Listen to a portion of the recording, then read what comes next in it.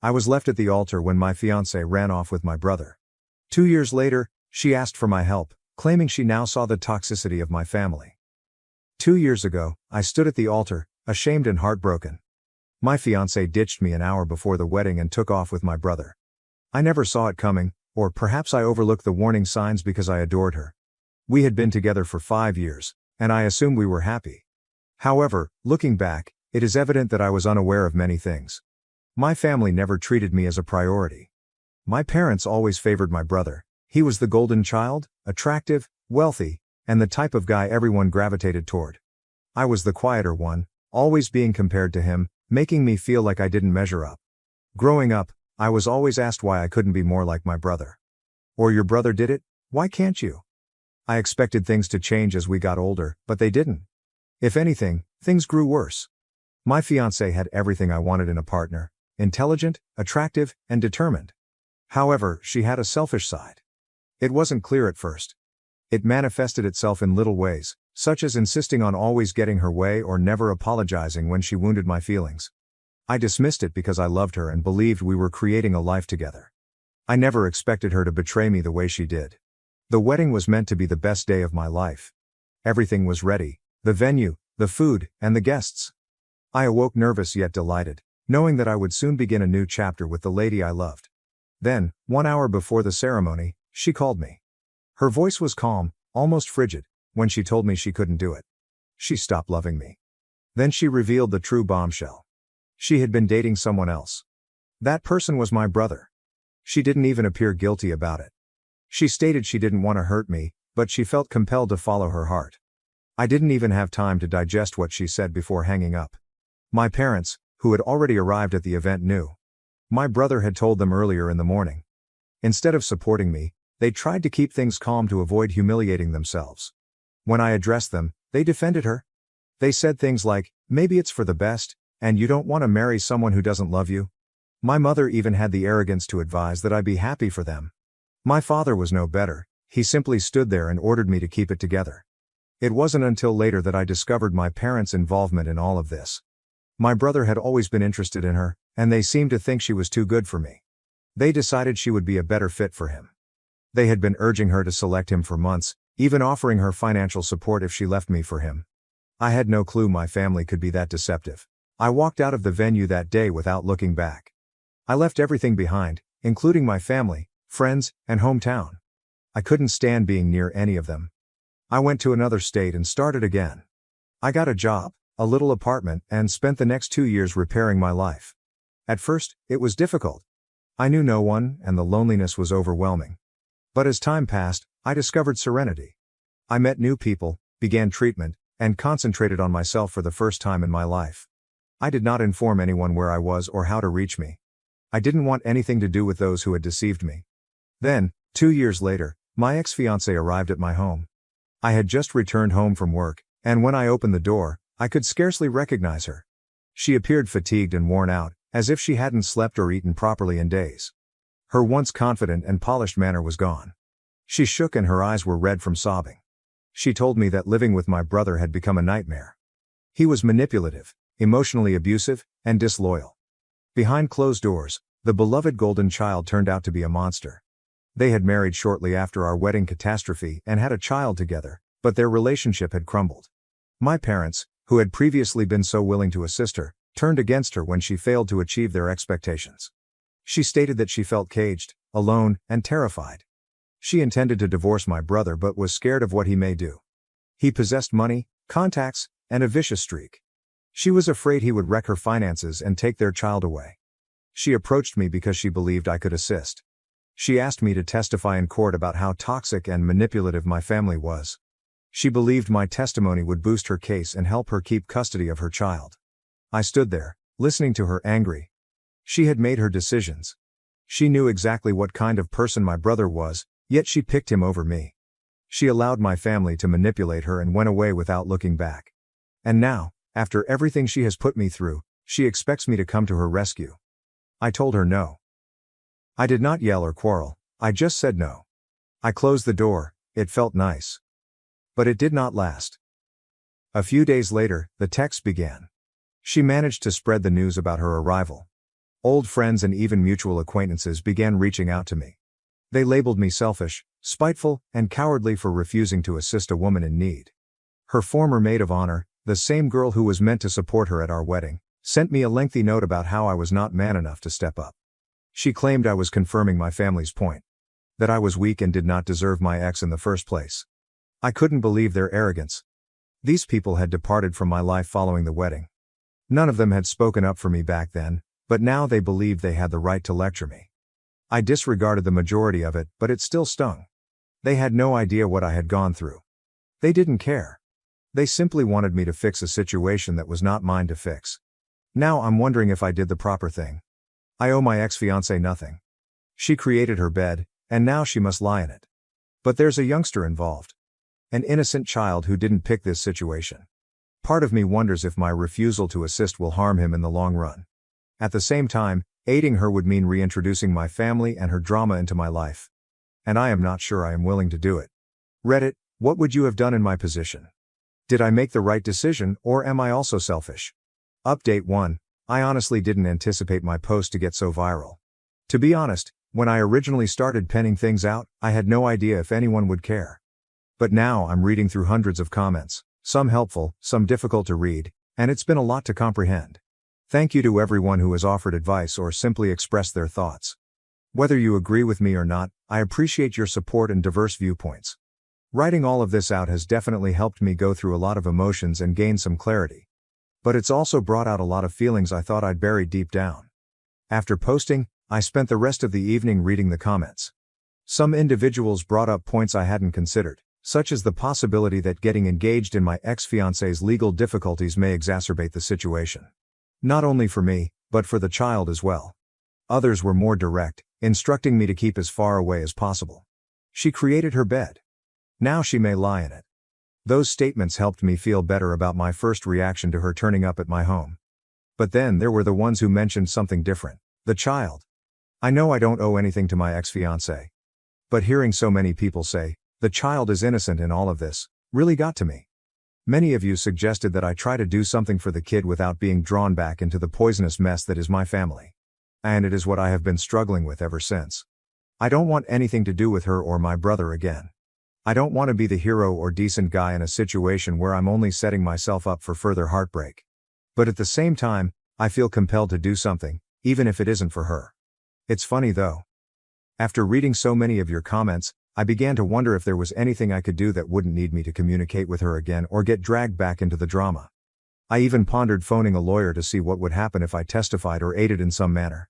But the more I thought about it, the more I realized. It's still not my responsibility to change anything. And especially not if it involves interacting with my poisonous family again. However, the guilt of knowing that the child is trapped in the center of this chaos persists. Then, like clockwork, my brother reappeared in the image. The email. Yesterday morning, I received an email from him. Yes, my brother, the one I haven't spoken to in 2 years. The last time we did this was when I canceled my wedding. His email was frigid, and simply reading it made my stomach plummet. It was short and to the point. I heard our ex-fiancée asked you for aid. This is a tremendous error.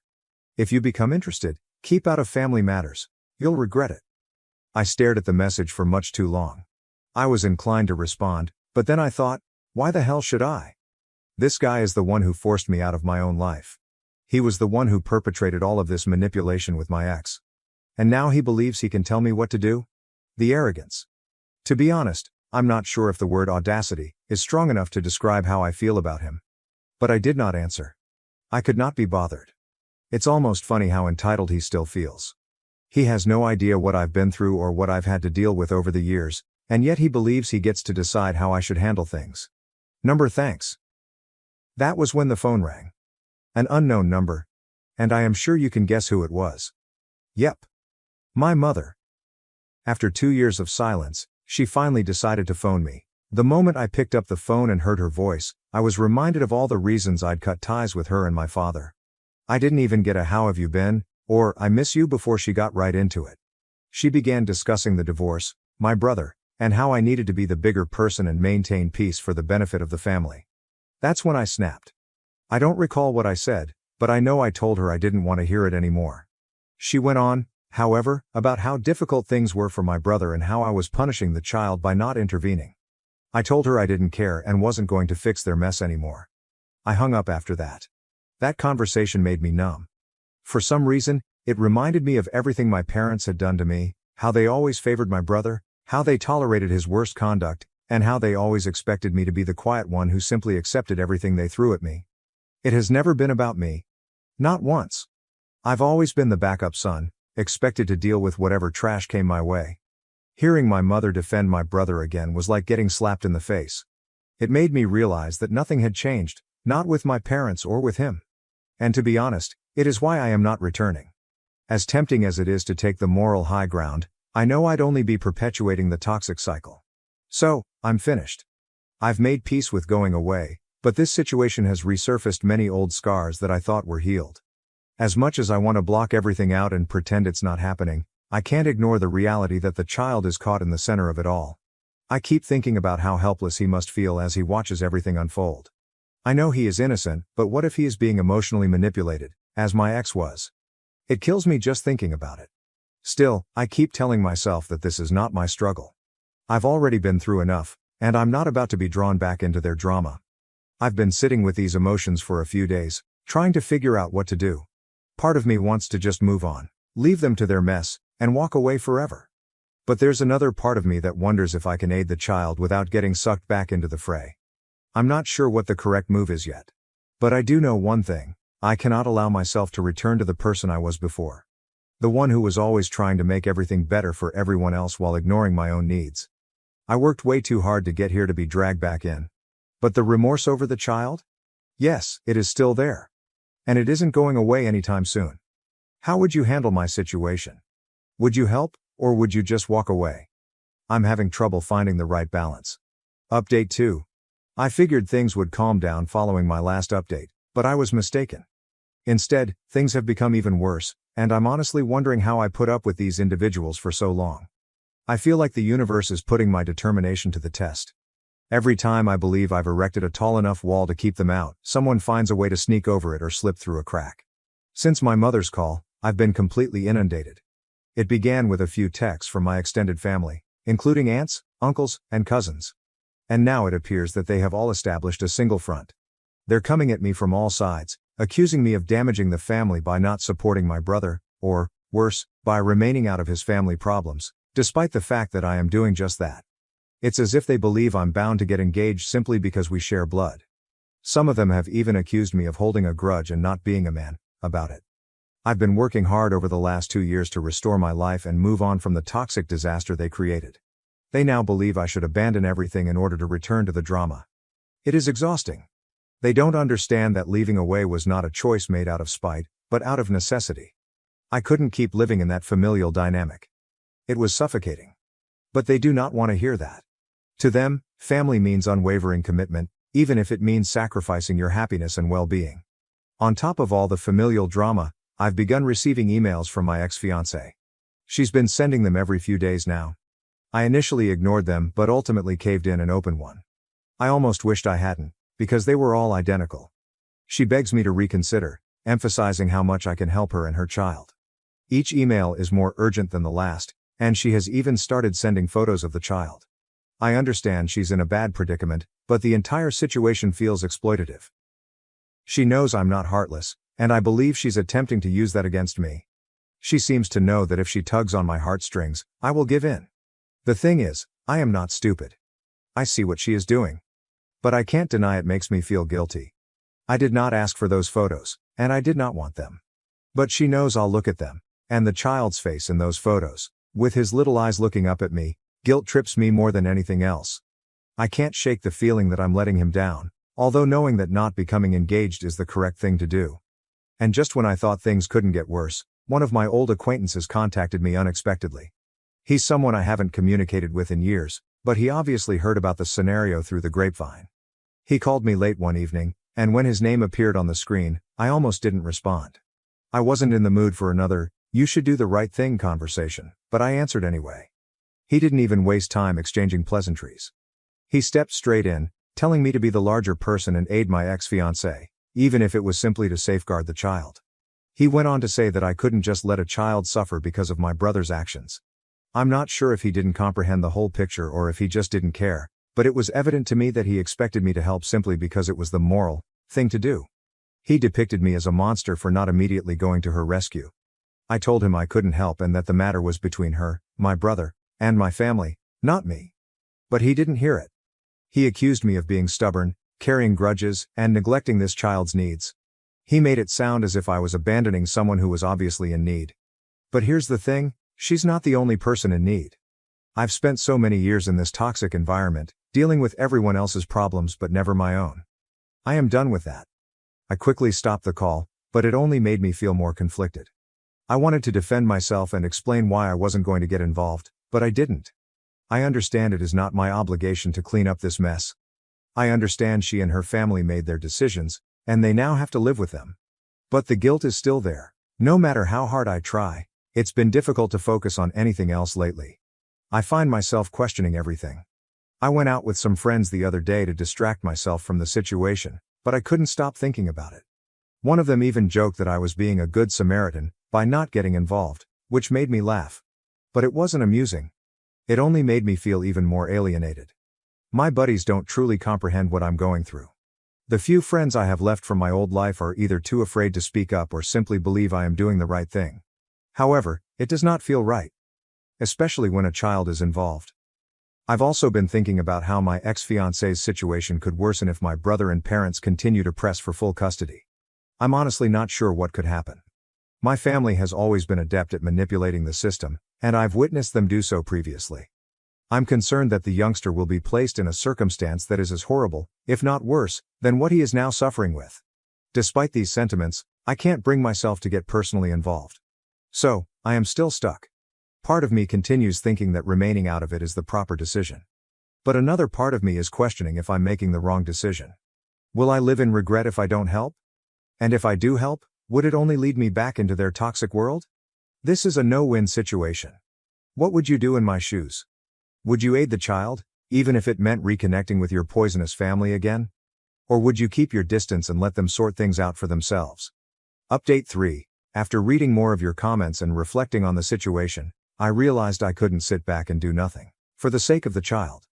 While I owe nothing to my ex-fiancé or my family, I understood that the child did not choose to be born into this situation. He is innocent. And if I have the means to help him escape the toxic environment that my brother and family have created, I should try. But I also realized that if I was going to do something, I needed to keep my peace in the process. I will not let them take me back into their world.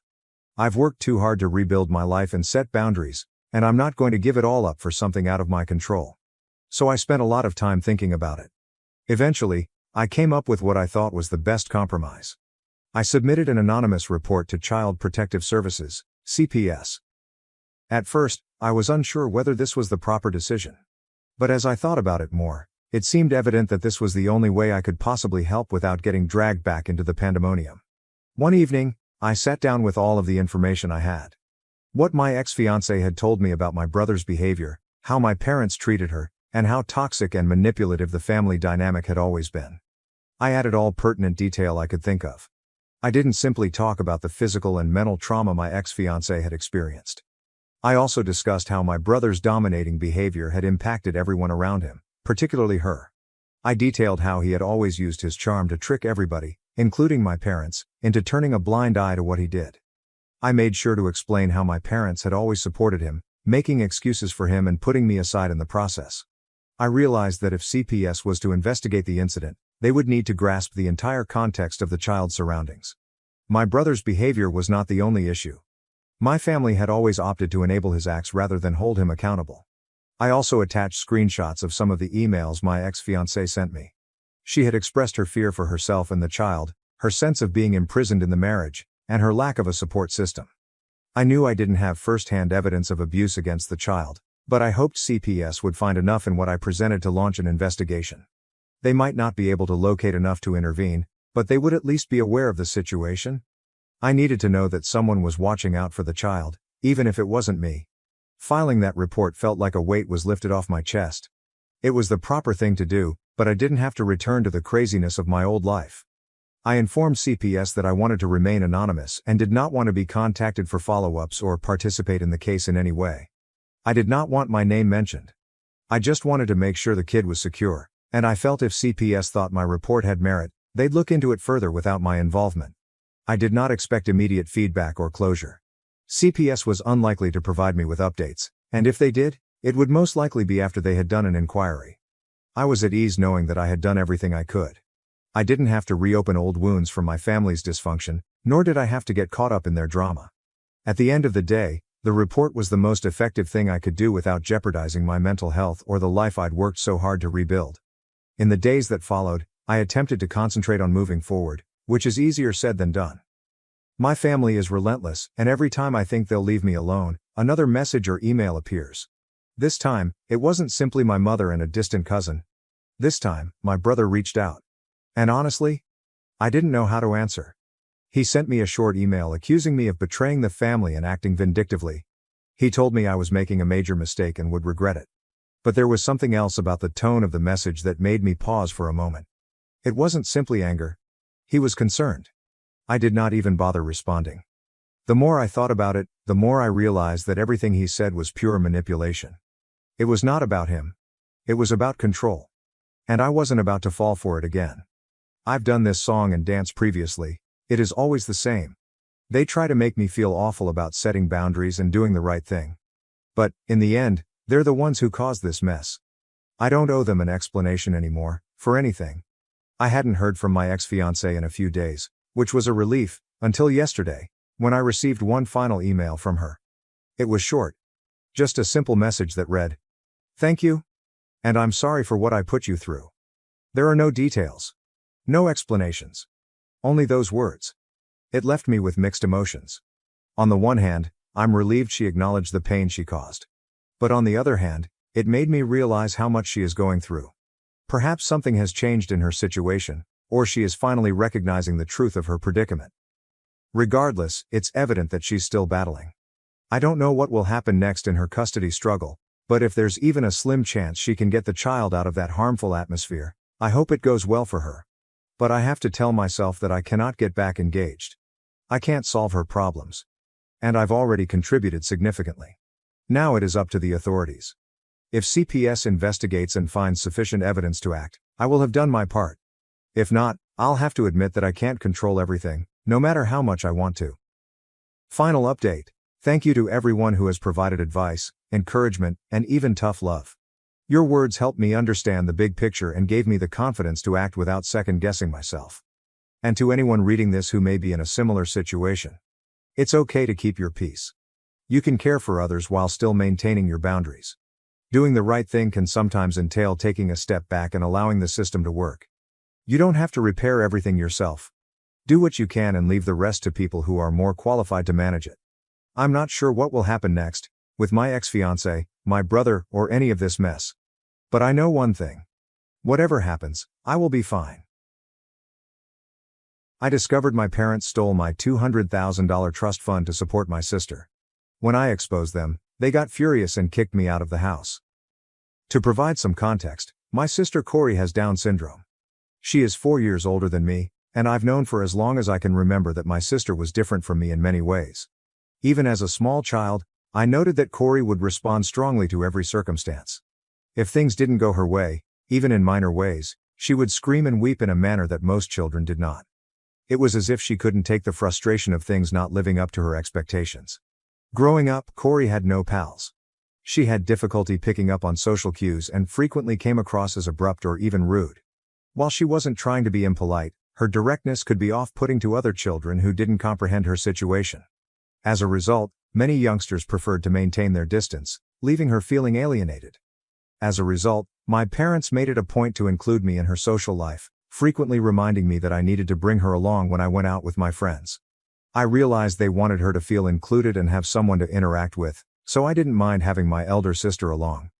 I felt it would be wonderful for her to have some company, and perhaps even make a few friends through my own social circles. However, spending time with Corey in the company of my friends was not easy. Her social skills were weak, and she struggled to integrate into groups. She often acted out in unexpected ways. She would occasionally push or even strike other children, especially if they had something she wanted. As a result, over time, my pals were less interested in hanging out with me if Corey was also around. They didn't want to deal with her unpredictable behavior, and I understood why. They were merely kids who wanted to play without interruptions or outbursts of hostility. Corey's impatience and inclination to lash out made things difficult for everyone, and I couldn't blame my friends for backing away from those circumstances. I understood that, as her sister, I had a responsibility to support and be there for Corey, especially given her struggles. But, to be honest, I needed space to mature, find my own friends, and live my life independently. However, my parents never let me be myself. Whenever I wanted to go something alone or spend time with my friends without Corey, they made me feel awful for even considering leaving her behind. They'd say things like, "Sisters should stick together," or "You need to think about Corey, she's your sister." It was as if they expected me to always choose her over my friends or anybody else, no matter what I wanted or needed for myself. What made things worse was that they never seemed to put these same efforts into assisting Corey comprehend how to change her conduct or develop her social skills. They never sat her down to explain why sharing or being compassionate with others could help her connect with others more effectively. Instead, they seemed to accept that I would fill in all of the gaps in her social life. So, throughout the years, I became Corey's lone buddy by default. Don't get me wrong, I adore Corey. She is family, and I recognize that none of this is her fault. I understand she confronts her own set of obstacles every day, and I can't imagine what it's like to be in her shoes. But, at the same time, do you know how it feels to be the invisible child in a family? My parents' entire world revolved around Corey, with every choice, idea, and money intended to make her life easier and more comfortable. Corey requires ongoing attention and specialized care. My parents have spent a lot of money on her numerous therapies over the years, including physiotherapy to help with her physical coordination, speech therapy to improve her communication, and occupational therapy to help her develop motor skills and independence. She also gets regular checkups, medical tests, and evaluations to track her progress and keep her health in control. The care she requires is considerable and time-consuming. While I fully grasp its significance, it frequently felt as if there was little place for me. One of Corey's specific issues is her lack of impulse control, which makes understanding boundaries difficult. For example, she is obsessed with the color pink and enjoys anything pink. She is instantly drawn to anything in that color. She feels impelled to seize it, hold it, and not let go. It doesn't matter whether it's a pink pocketbook, a teddy bear, a piece of clothes, or someone else's prized possessions. Once it's in her hands, she clings to it, and if anyone attempts to take it away, she bursts into tears, sometimes having a full-fledged breakdown. This tendency has resulted in numerous unpleasant situations, particularly while we are out in public. My parents frequently have to bargain with individuals or buy these pink trinkets from complete strangers simply to get Corey to calm down. I've seen them pay for a variety of strange pink items, some of which are worthless to us but mean everything to Corey at the time. I understand why they do it, and I understand that it's more than a wish for her. It's practically a need over which she has no control. However, watching my parents devote so much time, money, and mental energy to soothing her urges and satisfying her demands has left me feeling forgotten. Furthermore, my parents' approach to parenting Corey has had serious ramifications over the years. Their method of keeping her satisfied has devolved into what I can only describe as a shopping addiction. For Corey, it began simply enough. Every weekend, my parents would purchase her something pink. A toy, a piece of jewelry, or another trinket, to keep her happy and as a bargaining chip for her cooperation throughout the week. My parents would tell Corey that she had to be a good girl, if she wanted them to give her whatever she wanted, and she would instantly agree. What began as a temporary arrangement quickly evolved into a cherished family ritual. These purchases are not inexpensive either. Many of the goods Corey desires are one-of-a-kind or custom-made, which frequently requires a significant investment. For a long time, I didn't think about the cost of all this pink stuff. I thought my parents could afford it. I never questioned how they could afford to continue this habit week after week, year after year. But soon, I discovered something I could not have anticipated. My parents had not been managing their expenses through regular budgeting or savings.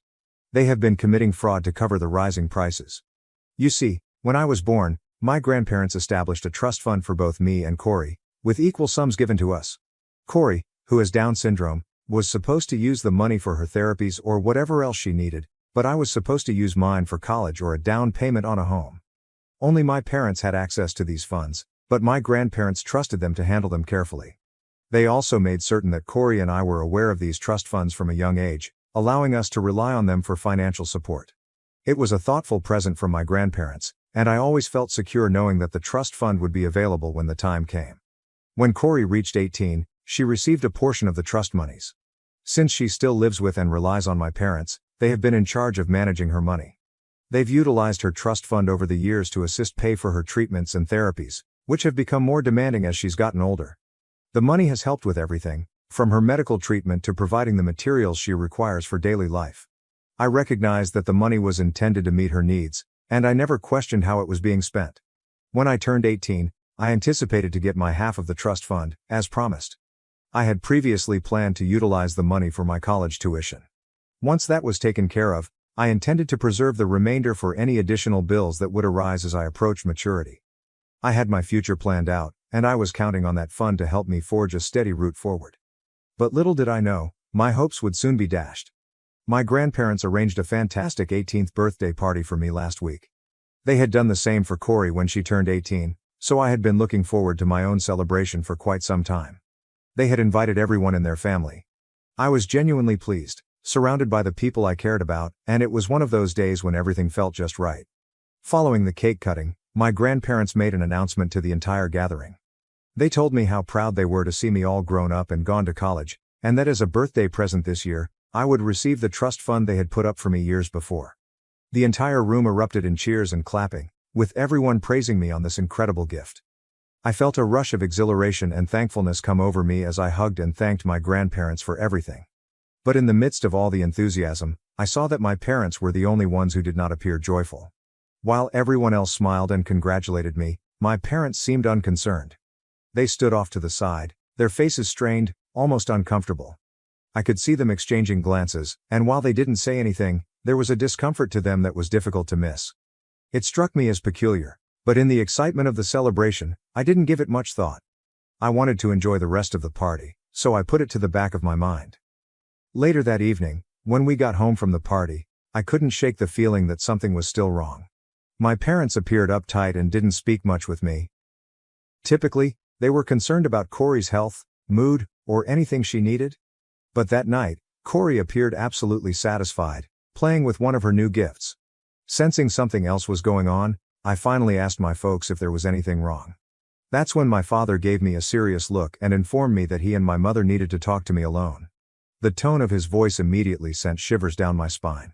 I could see it was serious. We sat together in the living room, and they exchanged troubled looks before my father began to talk. He explained, almost tentatively, that they wouldn't be able to give me my trust fund as my grandparents had planned. I didn't understand what he meant at first, so I asked him to clarify. My father continued, his voice full of shame and despair. He revealed that throughout the years, they had spent all of Corey's trust fund on her. When there was nothing left, they began to utilize the money from my trust fund, which they had access to. With a big sigh, he revealed that 90% of my trust fund was already gone, leaving little for me. I was taken aback as I considered what he had just stated. The money set aside for my future, for my education, was gone. He went on to say that the majority of money had been spent on my sister's shopping habit and the various treatments she required. As his words sank in, a numbness crept over me. My thoughts raced, attempting to figure out how this happened without my knowledge. They had raided my trust fund without informing me, to cover Corey's bills and habits. I questioned why they would do something like this to me. My parents began to justify themselves, their words laced with defensiveness. They informed me that caring for Corey had cost them a lot of money, but they had no choice but to do it. Her needs have always come first. My father discussed the never-ending expenses, the therapies, treatments, and, of course, the innumerable gifts she required every week to stay calm. I contended that they could have ceased buying her all of those items when they learned they were financially taxing. They did, however, highlight that for Corey, these goods were more than just luxuries. They were things that helped her manage and made her world a bit simpler to understand. And for them, every penny spent had been worthwhile. They couldn't simply refuse her. At that point, I felt a rush of rage fill up inside me. I questioned how they could justify spending nearly everything I had saved for my future without even speaking with me. Didn't I matter to them? My father tried to calm me down, stating that I needed to comprehend what they had been through. He discussed the stress they'd felt, the sacrifices they'd had to make as Corey's caregivers, and how difficult it was to satisfy her requirements week after week. My mother nodded, noting that Corey's condition necessitated continual care. And sometimes that meant spending money in ways that were unfair to me but were important for Corey. Both of them felt that because I didn't have any of Corey's ailments, I had an advantage over her, therefore I shouldn't be so greedy with the money. I felt a tear of frustration run down my cheek as I assured them that I wasn't doubting Corey's needs or their decision to prioritize her care. I loved her too. But this was about the lack of honesty, how they had gone behind my back and exploited what was meant to be my future without believing I deserved to know. I informed them that this trust money had been my only source of security, the one thing I felt I could rely on to start my life on my own, and it was now almost completely gone. Instead of addressing how upset and betrayed I felt, they began gaslighting me, turning the subject around on me. They expressed disappointment that I couldn't be more understanding, and that as Corey's sister, I should appreciate that sometimes sacrifices were necessary. They said, "We are all in this together." I was astounded that they wanted me to simply accept it all as a fool. To realize that Corey's needs had to come first, no questions asked. I questioned them why it was always Corey and not me. Did they not want me to do anything in my life? That's when my parents revealed a plan they had for my future, which revolved solely around taking on the task of caring for Corey. They explained that they never cared about my education because it isn't that important. They expected me to step up and help them with Corey's financial and emotional needs. My mother looked at me with a mix of pleading and resignation, saying, "You know, we're getting older, and it's exhausting looking after Corey. We won't be able to do this forever, so we need you to step in." She went on to say that they didn't mind if I went to a local college rather than the college of my choice. She only hoped I'd get a steady job as soon as I graduated so I could bring Corey to live with me. Then she said we could finally rest. Dad advised that I start contributing financially sooner, while still in college, by working a part-time job and sending money home to Corey. It would help Corey have some independence in her life, he told me, by letting her buy whatever it is that she wants and allowing her to maintain the lifestyle we've provided for her. I sat there, stunned, trying to figure out what my folks expected me to do. At that point, I felt completely misled and frustrated. This was not the future I envisioned for myself. It seemed as if my parents expected me to abandon my own aspirations and plans in order to easily transition into their role as Corey's caregiver, without ever asking what I desired for my own life. Finally, I roared at them, my voice quivering with years of accumulated rage and hurt. "Have you ever thought about what I want? Or am I just here to live for Corey? You never even thought to ask me what I wanted, did you? All these years, I've been expected to just give, and now you're pushing me to be Corey's caretaker so you can rest. How is any of this fair?" My voice trembled as the rage spilled out. "You're making decisions for me without even considering what it means for my life. I can't just drop everything for Corey and pretend like my dreams don't matter." All of my bottled up anger spilled out, years of feeling forgotten, years of being told I needed to prioritize Corey, and years of watching them pander to her every whim while I was expected to quietly support from the sidelines. My folks constantly attempt to persuade me that I shouldn't be so selfish and inconsiderate. It was as if they wanted me to conform and embrace a life I had never planned for simply because they believed it was better for Corey. So, since last week, I've been completely ignoring my parents. All I feel for them is contempt. Am I the a-hole for reporting my parents for taking my trust fund and spending it on my sister? Update 1. Wow, this post has gone viral in just a few hours. Thank you for all your advice. I am currently on my way to tell my grandparents everything. Since the trust fund was created with their money, I believe it is critical that I have their support while I confront this matter. After I've explained everything to them, I plan to let my grandparents decide what we should do next. I trust their judgment and know they will have my best interests at heart as we find out how to tackle this together. I had kept my voice shut all this time because I truly believed my folks would finally come around. However, it is evident that they have not. Update 2. It has been 2 weeks since my last update, so I told my grandparents everything. They were as astonished as I was to learn that my parents had utilized my trust fund without my authorization. That same week, my grandparents came to question my parents about what had happened to my trust fund. My grandparents had worked hard to establish the fund for both me and Corey. They were deeply committed to ensuring that we have the financial resources we require for our futures. They were understandably upset when they discovered that my parents had illegally drained the money behind their backs. My parents answered by telling them the same sob story they had shared with me. They recounted, once again, how they had been obliged to spend the money on Corey's care and therapy.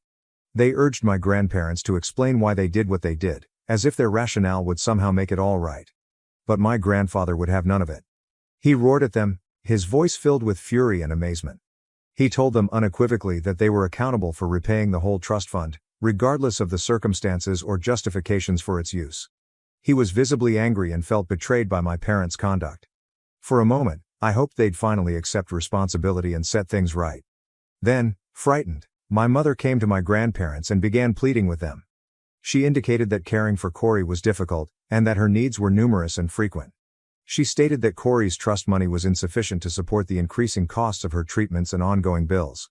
She rationalized taking my trust fund by claiming it helped them care for Corey. And then, in an almost horrible twist of fate, my parents turned against me. They reprimanded me for telling my grandparents everything. They were upset that I had revealed their activities and forced them to face the repercussions. My dad, in particular, was furious. He told me, with a strong edge in his voice, that I should consider myself fortunate since I was born normal, unlike Corey, and that I shouldn't despise her sister so much. It was as if my entire life, my challenges and needs, didn't matter. Everything revolved around Corey. And now I was being punished for not fitting in with the role they had chosen for me. Without thinking, I looked them in the eye and told them straight out that if they didn't give me back the money I owed, I would sue them and make sure they went to jail for their actions. I reminded them that what they did was illegal, and there was no way they could justify it in court. They couldn't prove otherwise that the trust fund was intended for me and only me. My tone was calm, but my comments were plain and firm. I could see the color drain from my parents' faces as they comprehend what I had just spoken. For the first time, I genuinely stood up for myself, and I could see the shock in their faces. They were not used to me being that straightforward. So resolute. Fortunately, my grandparents nodded in accord. They supported me because they knew I was correct. Seeing their encouragement, I persisted, speaking with greater conviction. I told my parents that it didn't matter how much they spent on Corey or what they did for her. Corey was their child, and it wasn't my obligation to give up my future for her. I loved Corey, of course, and I would always be there for her, but I wasn't going to sacrifice my own life, education, and goals just to make her feel cared for. I made it plain that I was tired of always coming second to her, of being overlooked while her needs were always prioritized. I finished by declaring I was done with them. I had had enough of being treated like the invisible child, who was expected to meekly accept whatever scraps were left for her.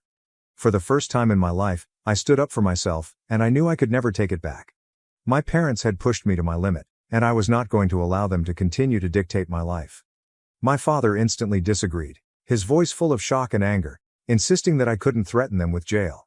He told me that as their child, I should have family loyalty and be willing to support them at all times, especially after everything they had done for me over the years. His statements were intended to make me feel guilty and to remind me of my responsibilities to them. My mother, attempting to ease the situation, even weighed in, proposing that since there was still 10% of my trust fund remaining, I could simply accept it and keep my mouth shut. It felt like they were treating me like a charity case, as if the residual crumbs from my trust fund were all I deserved and I should forget about anything else. But my granddad refused to back down. He came in, his voice stern, and informed my parents that if they didn't agree to give me back the full amount, he would get the best lawyer in town to sue them. The possibility of legal action appeared to have had a significant impact on my parents. They eventually became silent, recognizing my grandfather meant business. After a tense exchange, they reluctantly admitted that what they had done was incorrect. Nonetheless, they begged my grandparents for some time to consider things over. However, the ramifications didn't stop there. My father was furious with me for exposing them to my grandparents and threatening him and mom with jail time. In his rage, he declared that he never wanted to see my face again. He urged me to leave his house, stating he had had enough of supporting a selfish person like me, someone who could backstab their own family, like this. When my grandparents heard this, they quickly offered to have me move in with them. They assured me that I always had a home with them and that they would help me in every way they could as I worked out my next steps. So, without hesitation, I packed my clothing, gathered my necessary documents, and moved out of my parents' house. Currently, I live with my grandparents. I hate that my parents have just kicked me out, but I'm also relieved to be away from them. I miss Corey a lot. I'm aware that what I did has permanently damaged my relationship with my family. However, I do not regret standing up for myself. Update 3. It's been a month since I last updated. After much pressure and legal threats from my grandfather, my parents finally signed an agreement drawn out by my grandfather's lawyer. The terms were easy. Because they could not repay the entire cash they had taken from me in one lump sum, they would make installments over the next 18 months. This would give them time to pay off the loan gradually, without putting a hardship on their finances all at once. However, the agreement had a vital stipulation. If they failed to make any payment by the agreed upon date, or if they did not follow through at all, my grandparents and I had the right to initiate urgent legal action. This clause served as a safeguard, ensuring that they couldn't avoid paying me back. My folks are still unhappy with me. They blame me for everything that has happened, and it seems like they are unable to let go of their wrath or humiliation. They still don't understand why I took the actions I did and stood up for myself in such a dramatic fashion. Despite their hatred, my grandma has assured me that none of this is my fault. She told me again today that I did what I needed to do to protect myself and my future, and that I should focus on moving forward now rather than looking back. I see Corey from time to time. She misses me, and I miss her also. She frequently inquires about me, and it is evident that she is unaware of the complete picture. But she understands enough to see that something significant occurred between us. She's noticed that I'm not as present as I once was and that my parents did something to injure me. It's horrible not to be able to help her understand how bad our parents are. Regardless, I'll always be there for her. Am I the asshole for moving out of our apartment knowing my fiancé and his mom can't afford it without me? Me, F29, and my ex-fiancé, M27, have been living together for about 1.5 years. Fiancé got his undergraduate degree, worked for a couple years and then decided to get an MBA, which is how he ended up in our city. We moved in together after he finished his MBA program. Fiancé is from the Midwest and his mom has always wanted him to move back. When he told her he was staying here, she was heartbroken. I went to college and got my degree in a STEM field. After I graduated, I got a job with my current company and moved to the city where we currently live. It's a big international company with multiple locations in the US and internationally. I love my job, I like the company I work for, and the pay is pretty good. All in all, a pretty good deal. During COVID, my office shut down and we all went WFH. After COVID, they decided not to reopen this office, so I've been 100% WFH since early 2020. I currently make considerably more than him, mainly because I've been working for 7 years and I'm in tech. I had been living by myself in a 1-bedroom apartment and just had my office set up in the living room since it was just me. When we moved in together, we decided to get a 2-bedroom apartment so I could use the extra room as an office. Because of this, I was paying 2/3 of the rent and he paid 1/3. We split everything else 50-50. So the problem started this past May. Fiancé's mom told him she wanted to move to our city to be closer to him. She asked if she could stay with us while she looked for a job and got settled. She's a teacher, so figured she'd be able to get a teaching job pretty quickly. Because of that, I didn't really mind her staying with us, as I figured it would just be for a couple months over the summer. Since I thought it would only be for a couple months, I moved my office into a corner of our bedroom and my fiancé bought a bed to put in the second bedroom. The problem is she never applied for any teaching positions and has been living with us for 6 months now. She and I have really been struggling with each other since she moved in. I can't make her understand that I work full-time. She constantly interrupts while I'm working, which is bad enough, but she even interrupts when I'm on team calls. She always asks me to take her places because she doesn't like to drive in our city. She has pretty outdated views of gender roles and is constantly giving me a hard time for not doing more around the house and making fiancé help with chores, do his own laundry, etc. The constant criticism and insults are just really wearing me down. And I hate having my office shoved in a corner of the bedroom.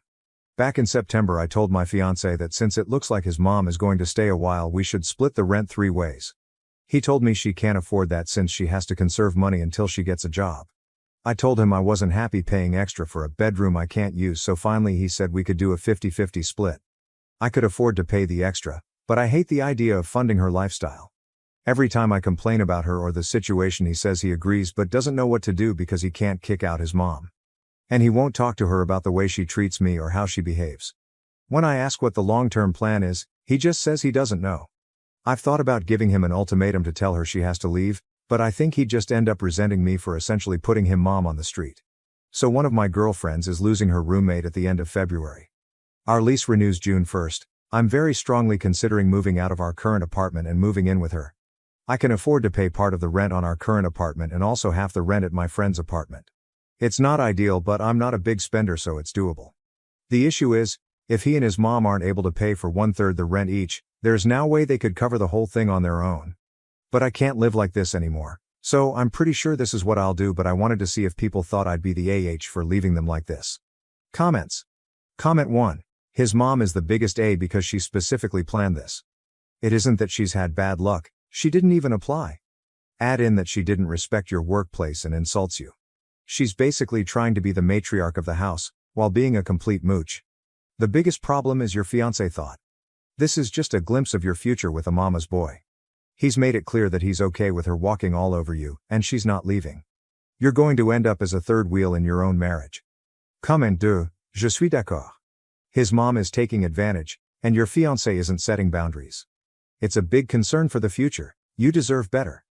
NTA. Comment 3, exactly this. OP, you're not leaving them, you're escaping a situation that was never fair to you in the first place. His mom didn't just end up staying, she chose not to apply for jobs, and your fiancé chose to let her. Meanwhile, you've been paying the majority of the rent, lost your office, and now you're stuck in your own home with someone who disrespects you daily. If he wanted to build a life with you, he would have had a plan for this months ago. Instead, you're the only one being asked to sacrifice. Time to choose yourself because they already have. Comment 4. And be prepared for them to be upset because they are losing their money bags. They were using you and had absolutely no respect for you. Neither one of them. If you don't leave, you will be the AH. Comment 5. I'm a teacher. An old, retired teacher. I could substitute teach every day this week if I wanted to do so. I still get requests to apt interview for both public school and private school jobs. MIL could work if she wanted to work. I'm in my late 60s and drive all over and in Mexico and Europe on vacation. She is needlessly helpless. Comment 6.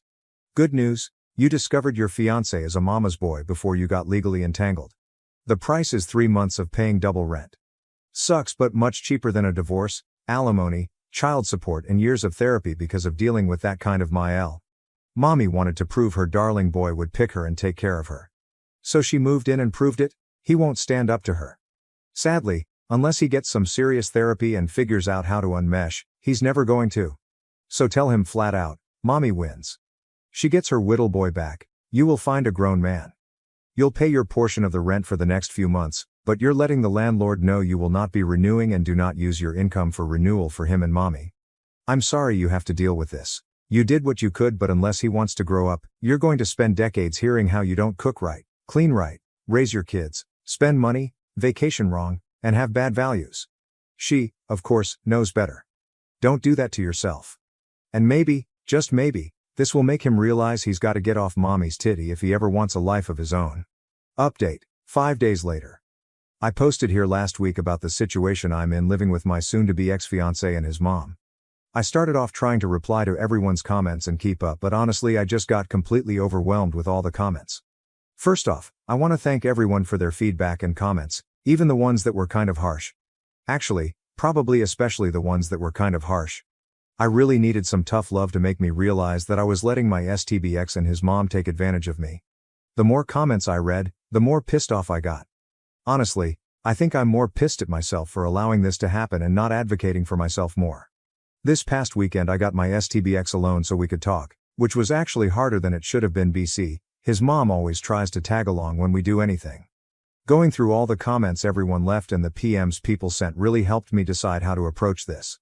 And also, brought up a lot of good questions I should have thought of myself. Back to the discussion with the ex, I wanted to give him one more chance to pick us over his mom, not because I thought he would, but I just wanted to be able to tell myself I give him the opportunity. I explained again about how unhappy I am with the situation, how it's affecting my work because of her constant interruptions, and just being unhappy and uncomfortable that I'm forced to work out of a corner in our bedroom. And I reminded him that until a few months ago I was paying the majority of the rent, and being that I make so much more than him, it's really my salary that keeps us all afloat. And I also brought up, again, the way she treats me and talks to me. And he replied the same way he has been. He agrees it's not right how she acts and that it's really uncomfortable for us all. WTF, I don't care if she's uncomfortable. Previously I would have dropped it there. But this time I told him how angry and disappointed I was that he let me pay for 2/3 of the rent when she first moved, and how unfair it was that I'm still paying for half when there are 3 people living there and she is the only one with her own bedroom. It was the same story, she has to conserve money since she doesn't have any income currently. Which brought up the question of where all her stuff went when she moved. What money does she use for incidentals? So evidently, when she got divorced, she asked for the divorce after my ex went off to college. It doesn't sound like her husband or the ex's dad wanted the divorce. His dad bought her out of the equity in their house. Ex didn't have any idea how much that was or how much is left.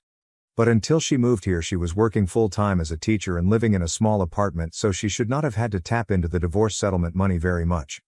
Other than that, X didn't have much insight into her finances other than what she told him, that she has to conserve money. I told him straight up that I'm moving out before the end of the month.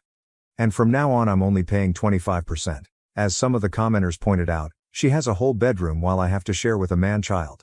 So she should have to pay twice as much, and after I move out I'm not paying for anything else. No utilities, no food, nothing other than rent. I have a pretty idea what his finances are like, and if he has to pay 75% of the rent all by himself it's going to take a huge chunk of his net income. And after he pays utilities and buys groceries there won't be anything left for incidentals. Rent was due on the 1st but it's not late until after the 5th, so he has 2 days to come up with the dollars. If he doesn't come up with it and I end up covering, then I'll reduce the amount I pay in future months. The only reason I'm going to keep paying any of the rent is even after I move out, I'm still on the hook. I talked to the leasing office and they explained that since X and I signed a single rental agreement together, e.g., one contract we both signed as opposed to 2 contracts we signed individually, we are both responsible for the rent. They don't care who actually pays as long as it gets paid. The only alternative would be if he agrees to sign a new lease by himself, or together with his mom. But in all likelihood he wouldn't be able to pass the credit check on his own, so I'm kind of stuck. I don't think he'll do anything stupid though because he's going to need to find someplace to live after this and a collection on his credit report wouldn't be good. I also told him that I'm going to find someplace to work during the day until I move so she can't bother me. My friend I'm moving in with said I could work there during the day since she and her current roommate have in-person 9-to-5s. I took her up on that for now. After living with his mom, I'm not about to overstay my welcome, so I'm going to find some other options that I can rotate through. Someone suggested checking out the public library, or if it comes to it I'll get a membership at one of those WeWork kind of places. Just in case, I brought my important papers, files, valuables, and my friend is storing them for me until I move in. He really didn't take it well. The surprising thing to me is that he was surprised by everything. He seemed really shocked that I wasn't prioritizing his mom. I really got the feeling that he sincerely believed I wanted to take care of her as much as him, and he kept saying stuff like, "What about my mom? What am I going to tell her? That's how she is, but we still need to help her, etc." He asked about our relationship and the engagement. I told him after I moved out I needed some space from him. In a few months when we've both had some time, space to process what happened, if we both agree we can talk about the relationship. But he'd have to prove that he's going to have my back going forward and will set boundaries with his mom. I told him that just to avoid more drama, but I don't see a future in which we are together. I told him he needs to tell his mom because she's not my responsibility or problem and she'll know something when I start moving my stuff out. He hasn't told her what's going on yet, but this weekend I'm going to start moving things so he doesn't have much time. My friend's current roommate starts a new job in another state on the 3rd, so in reality I can probably move in 2 to 3 weeks, just depending when she actually leaves. I don't expect him to do anything bad, other than sulk and complain, but if he does something stupid, or doesn't pay his part of the rent, the ace up my sleeve is I'll tell the leasing office his mom moved in, which is prohibited in the lease. Honestly, getting evicted would solve a lot of my problems right now, so it's a pretty valid threat I think. Now that I've mentally and emotionally separated myself from him and his mom, I'm looking forward to her reaction when he tells her what's going on. If it gets too ugly, I'll find a cheap Airbnb or hotel or something. I've had some friends, including the one I'm moving in with, offer to let me couch surf for a few weeks, but I just can't do that to someone else. So, that's it. I'm leaving and I really don't care how that affects them. Comments. Comment 1. You're at the end of a long and painful process, but I'm sure that you will be better for it. Good luck. Comment 2. Dude should really just marry his mom.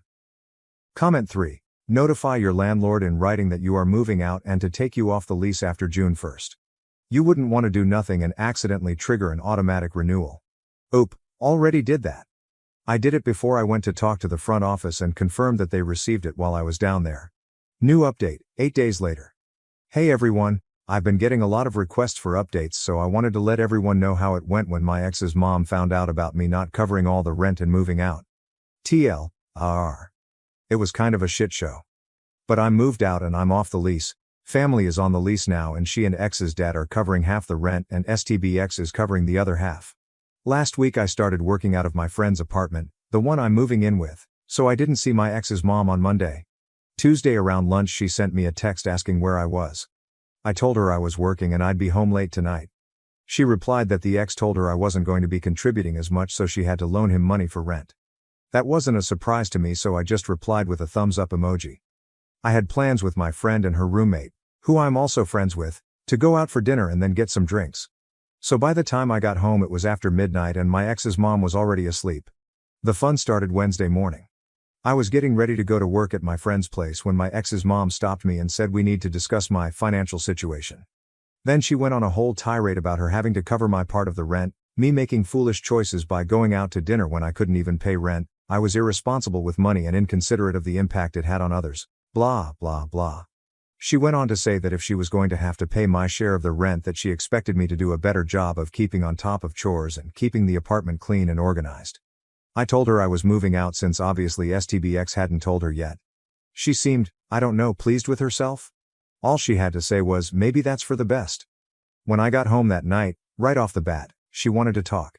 She said instead of me moving out, we could get a bigger apartment and she'd be willing to help by paying the difference between a 2-bedroom and a 3-bedroom.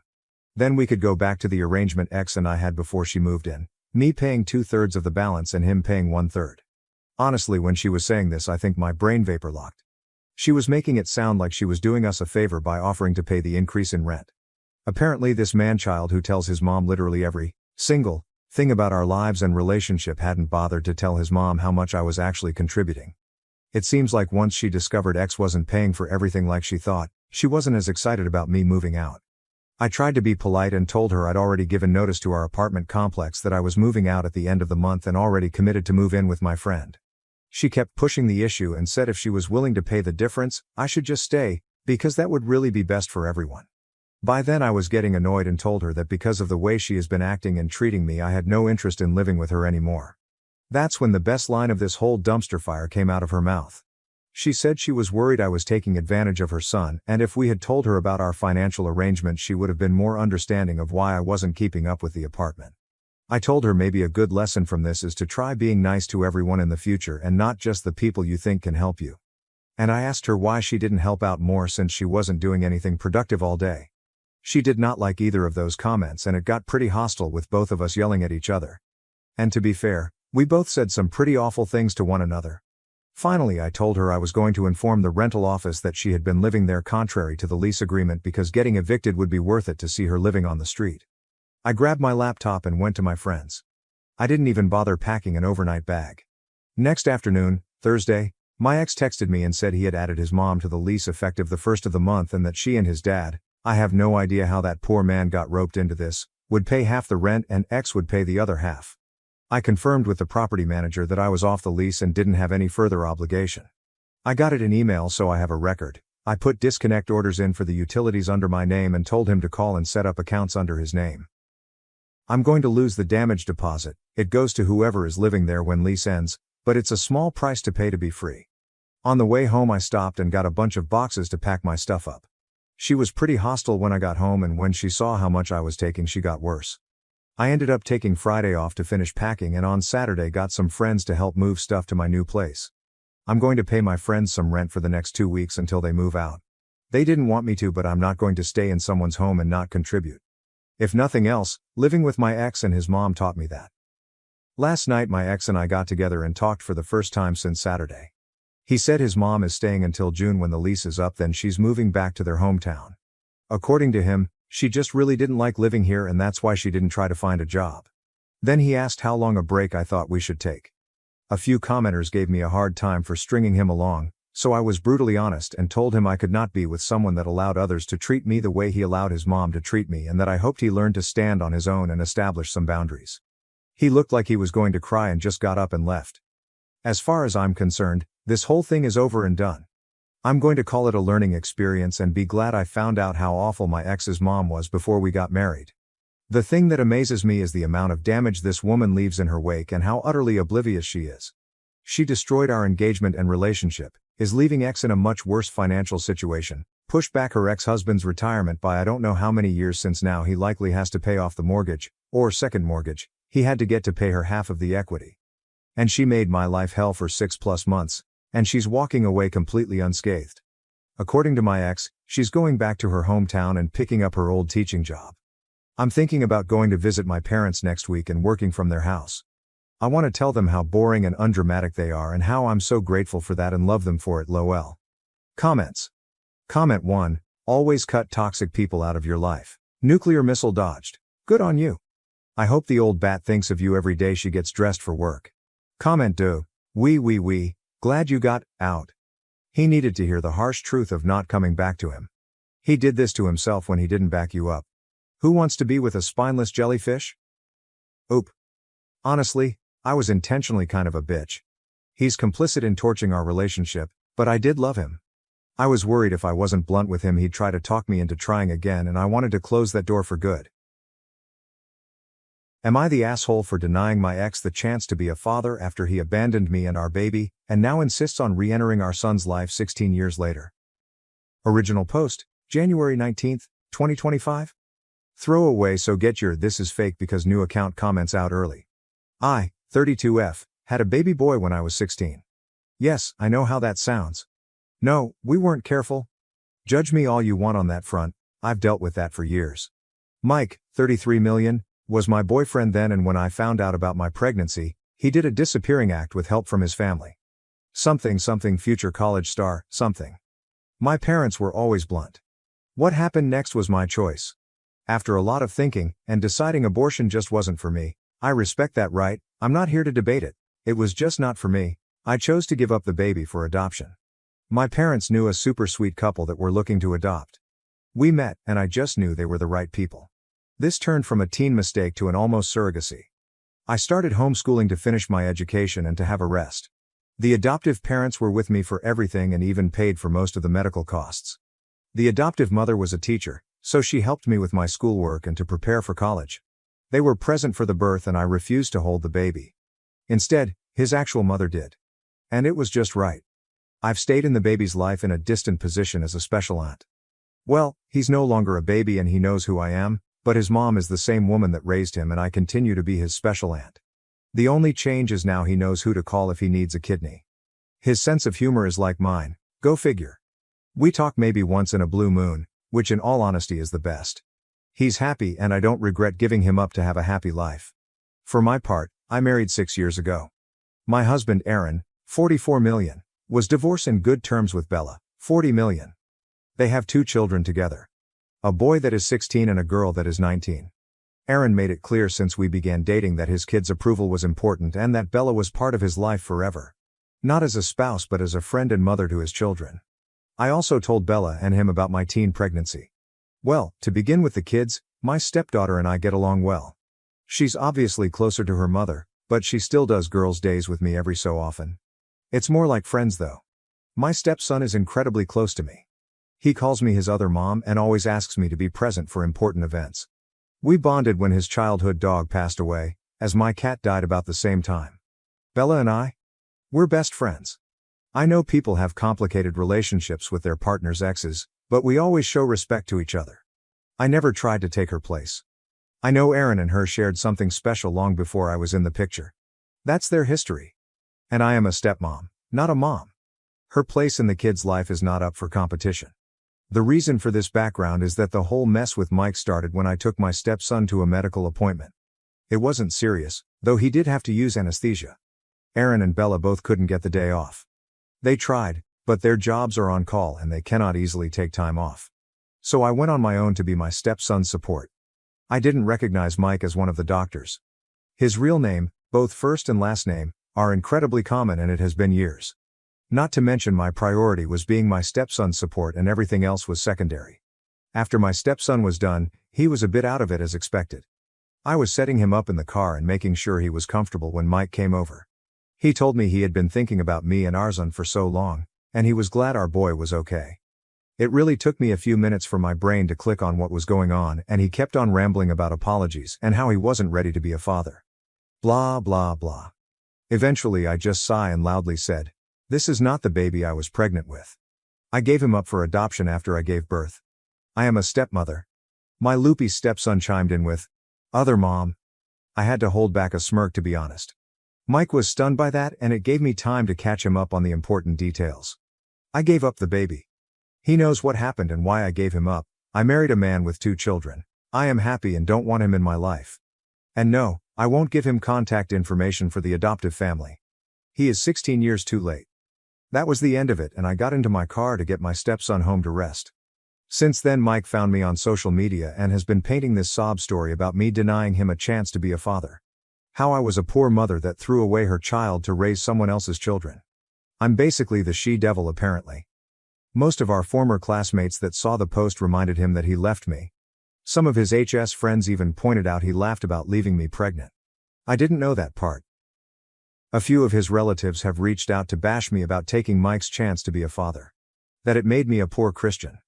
I'm not. I'm Jewish to begin with. A few friends did tell me it was a bitch move to give the baby up without telling Mike. I don't personally think I was in the wrong, but in case I decided to leave the judgment to the internet masses. So, Reddit, AITA? Clearing something out. The adoptive parents and bio child have a phone number to contact Mike's parents if they want. I have no say if they do or not. I just won't give Mike any information on them.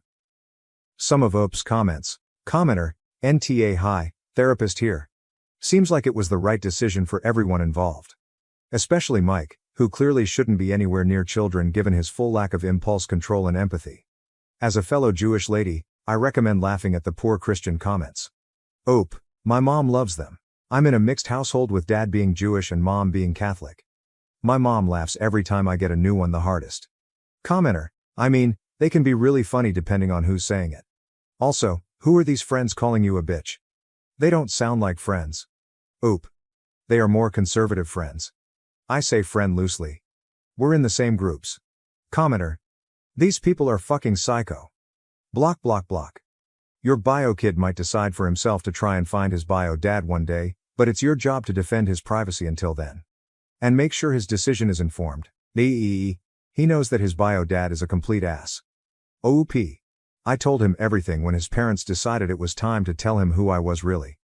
I didn't make Mike into a villain, just said he left after I told him I was pregnant and never reached out.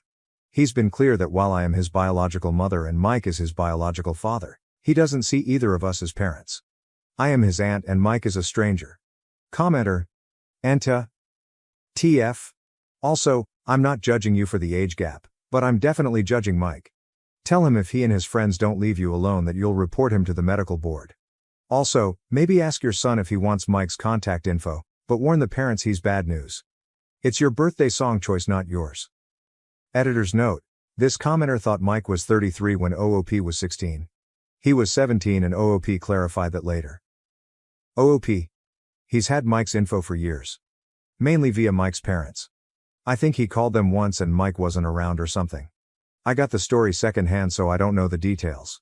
Funny comment about anesthesia. Apparently I sang opera really badly when my wisdom teeth were removed. My stepson and I had a debate about why our dog should go to school in his place. Commenter, consult a lawyer about him talking shit about you online. Medical board? OP, in consideration. It hasn't damaged my character per se considering he's being called out publicly, but him approaching the hospital was weird. We're right now way too busy with another surgery on the schedule so legal stuff is on the back burner. And we are going to a different hospital. Commenter. Warn the adoptive parents about the situation, they have a right to know and can protect the child. OOP. Already done. They do live in another state so that gives them some space. Commenter. One thing? Knowing nothing about how this works, I assume you were able to get Mike's parental rights terminated given that he left. If not, I wonder if it makes sense to give the adoptive family a heads up that he's coming out of the woodwork. OP.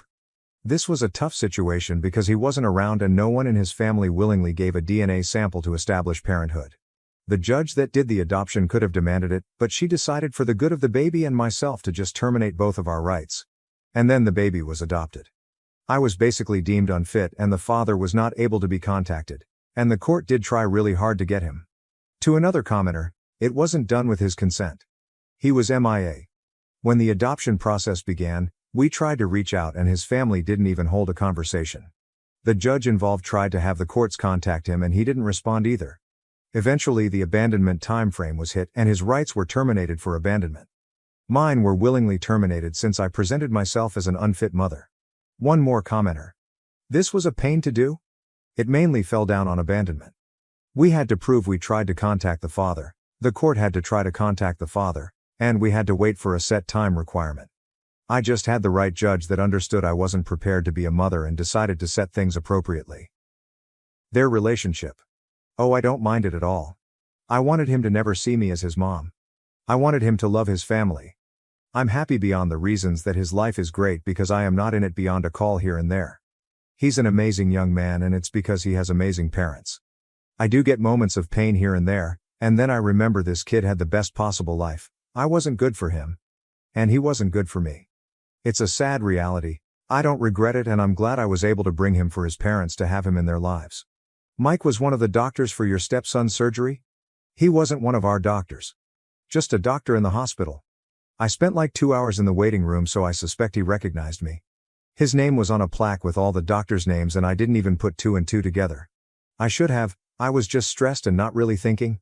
Commenter, I'm sorry, I reread this 3 times looking for the part where you said you and your family moved away and changed all your identities. Nope, I don't see that anywhere. So, this college star and his scumbag family knew exactly where you were and how to find you for the last 16 fucking years. And yet you're the monster who denied him a chance to get to know his son and be the dad he was destined to be. Oh, that's just fucking rich. What a bunch of complete asswipes. Don't let him or his douchebag family anywhere near your son or his adoptive parents. Oop, I didn't even go out of state for college. Went to the local university in town. And this isn't a massive city either. Update post, February 5, 2025, 17 days later. This is probably the one and only update I'll be doing. Because to be honest, I got other things to do and I have my main Reddit account for lurking.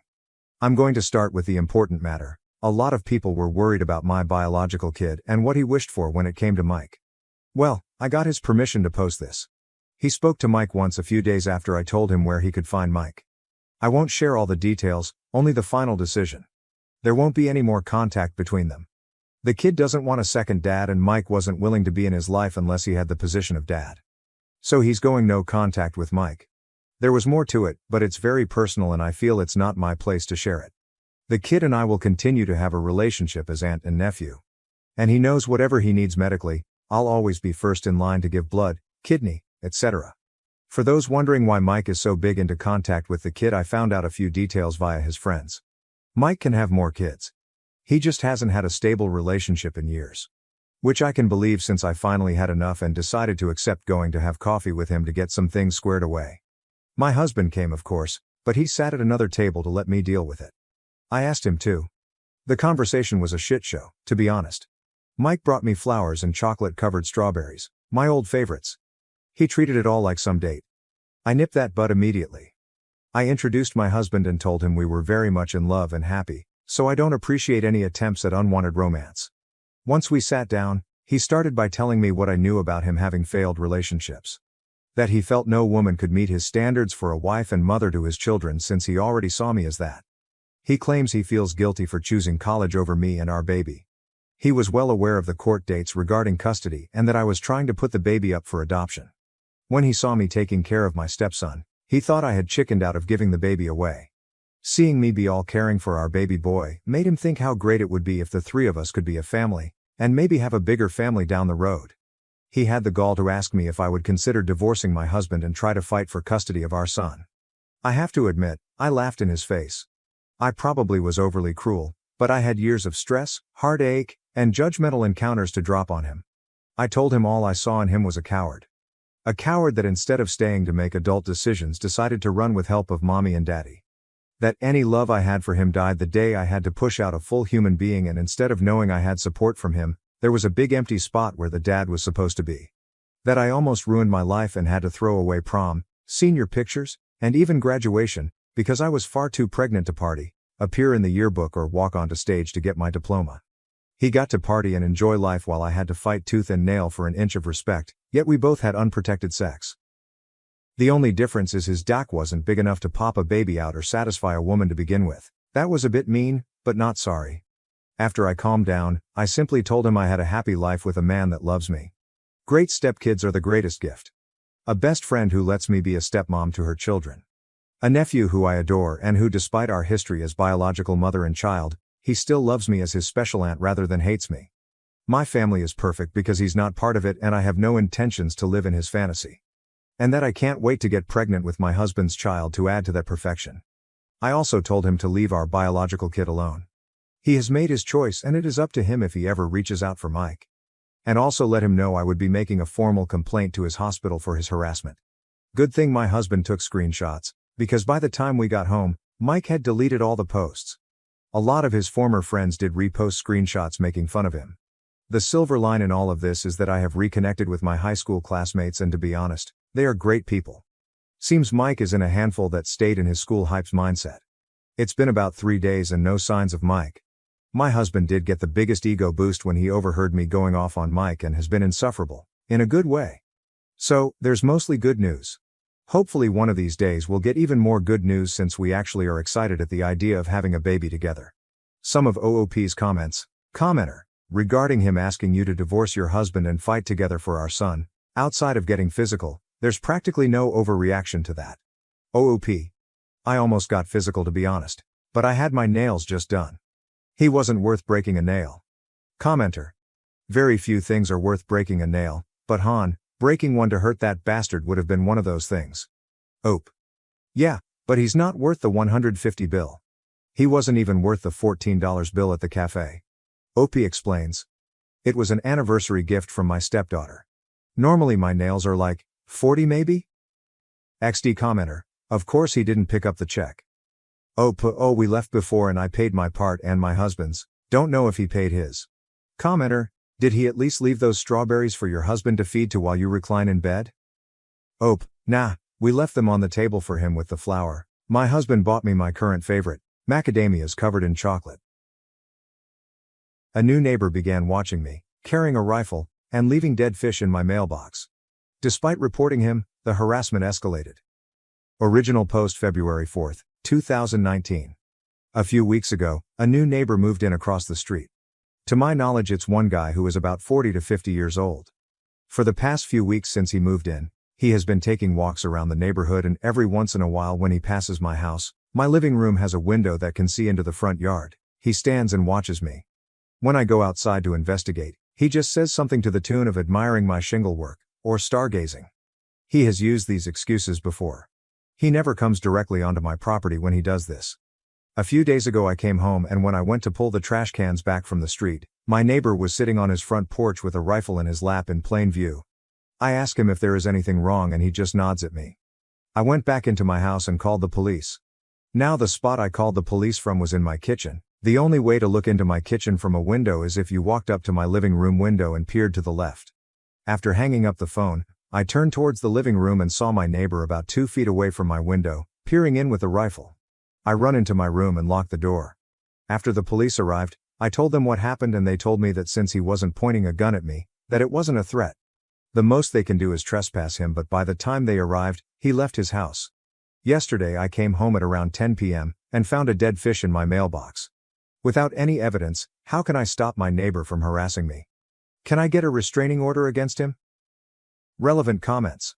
Comment 1. Make a police report about the dead fish. Make the police take the report. Even if you don't actually know for sure who put it there, you have your suspicions. Tell them. If they refuse to take a report, calmly escalate the matter to an officer with a higher standing and don't leave until a report is taken. Keep all of the police reports you make. And, as everyone else has suggested, definitely get a good home security system, preferably with several cameras. Comment 2. I don't know shit about the law, but I'd say you should get a camera installed and probably keen any evidence of things put through your door. Then speak to the police lawyer to see what your options are. Up to a deleted comment. I'm fully prepared for any future aggression, but I am looking for a non-violent route first. I don't think I had cause in any of my previous encounters to use force. Since then I got cameras with night vision, motion detection alerts, window tint for my living room, and big thick curtains. I also got a few of those stickers for the area of my house that says "Insured by Glock" to deter any intruders.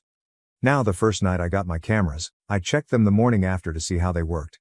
I made sure that there are no blind spots and all of them are fixed with no movement at all. When I checked the cameras the morning before, someone walked up to them wearing all black including a mask and pointed them down. When I left for work that morning, someone spray painted a knife on my mailbox. I filed a report with the postal inspector and called the police.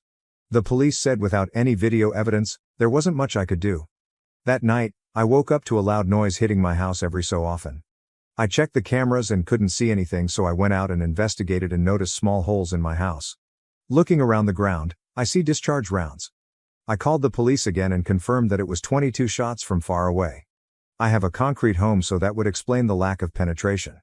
The police offer to have a car patrol the neighborhood and sit outside for 3 days and nothing happens. I asked them if I could get a protective order from my neighbor who has a history of being hostile, and they said since I had no direct evidence implicating him, that I can't file it out of nowhere despite previous confrontations. I filed another report with a different officer and got the same spiel. I asked them to take fingerprints of the bullets then, and they chuckled and put the bullets in a bag and left. 3 days ago, I heard shots again and checked the cameras and noticed they were facing my neighbor's house just where I put them, and I saw a silhouette shooting from the middle of my street before stopping and running to the back of my neighbor's house. After that I called the police in my room while watching the cameras. The police come and walk me through the same BS as last time even after I showed them the cameras. They knocked on my neighbor's door and he claimed he heard and saw nothing. After they left I asked him if he was telling the truth and he looked at and smiled. It was very unnerving. I don't know what to do at this point. Top comment. OP. A suggestion for you might be to purchase a trail camera, essentially an outdoor camera that runs on batteries and records to a memory card, and try to place it somewhere non-obvious on the outskirts or edge of your property. A few other thoughts: go to your local county courthouse and actually inquire there to what the requirements are for a restraining and/or no contact order. The police may not be the best persons to ask about if your neighbor qualifies for one. Contact your local chief of police and let them know your property has been vandalized and shot at. Ask if there's anything else that can be done. Final update. April 23, 2019. 3 months later. This similar behavior is something I suffered over the course of 1 to 2 months in Florida. I made posts in LA asking for help and got reasonably good answers. Unfortunately, my neighbor pushed it too far and tried to break into my house in the middle of the night after a series of weird escalating behavior. As a result, I shot him multiple times. I was questioned and interviewed over 7 hours and then released due to Florida's stand your ground laws. Turns out the neighbor was mentally ill and the family is currently trying to sue me for wrongful death. Hope this goes better for Leo P than me. I should have just moved.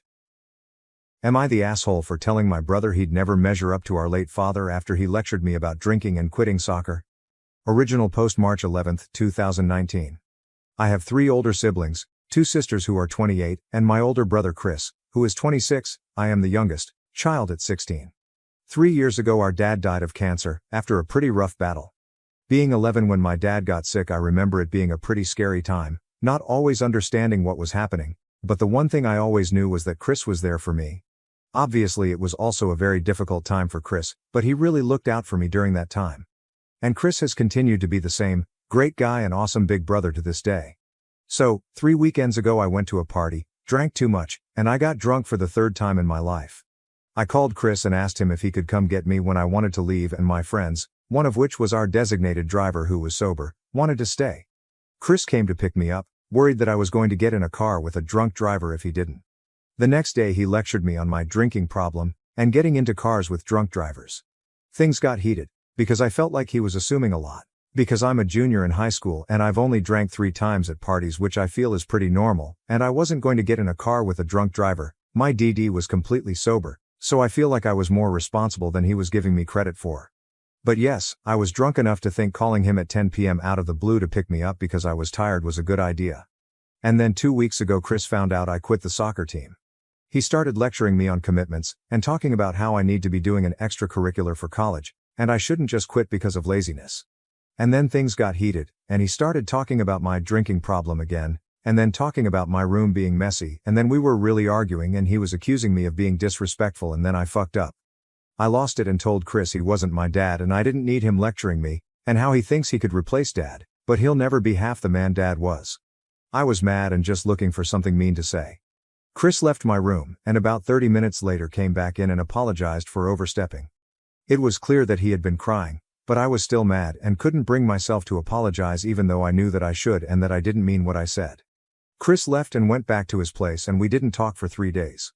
3 days later I finally did the right thing and texted him a heartfelt apology for what I had done and said, thanked him for always caring enough to be there for me, and told him I spoke with the coach about rejoining the soccer team.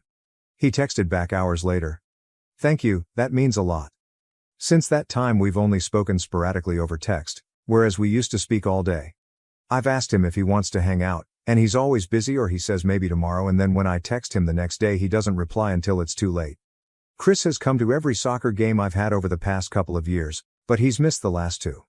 I have apologized again by text. I would do it in person, but I haven't seen him since our fight, whereas normally I see him a couple times a week. One of our things has been going to see Marvel new releases together. I asked him if he wants to go next weekend and he said his girlfriend surprised him and took him this weekend. So I replied back, okay, maybe we can do something else together? I'd love to hang with you. I miss you. No reply yet. I know what I said was completely fucked up and wrong. Besides being a very mean thing to say, it's not true at all. He's great. I understand why he's upset, and I know it's my fault, but now I don't know how to make things better. Chris was overbearing at times, but I would give anything to go back to that right now. Is there anything more I can do to fix this? TLDR got into a fight with my older brother a couple of weeks ago because I felt like he was trying to parent me. We got into an argument and I told him that he'll never be the man our deceased father was. This hurt my brother's feelings, and things haven't been the same since. Relevant comments: you broke his heart. And I don't say that to make you feel guilty, I say that so you can understand that a text message apology is not remotely enough. You need to go to him, not wait for him to come over, you literally need to go to his place and apologize in person. OOP, you're absolutely right that a text apology is not enough for what I've done. I want to apologize in person because he deserves one. So should I just show up to his place uninvited? Because I've thought about doing that.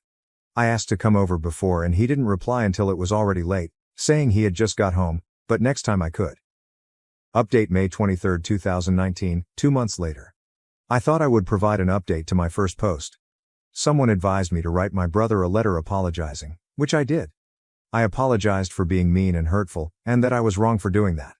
I also got him a separate card and wrote a message thanking him for everything he's done for me.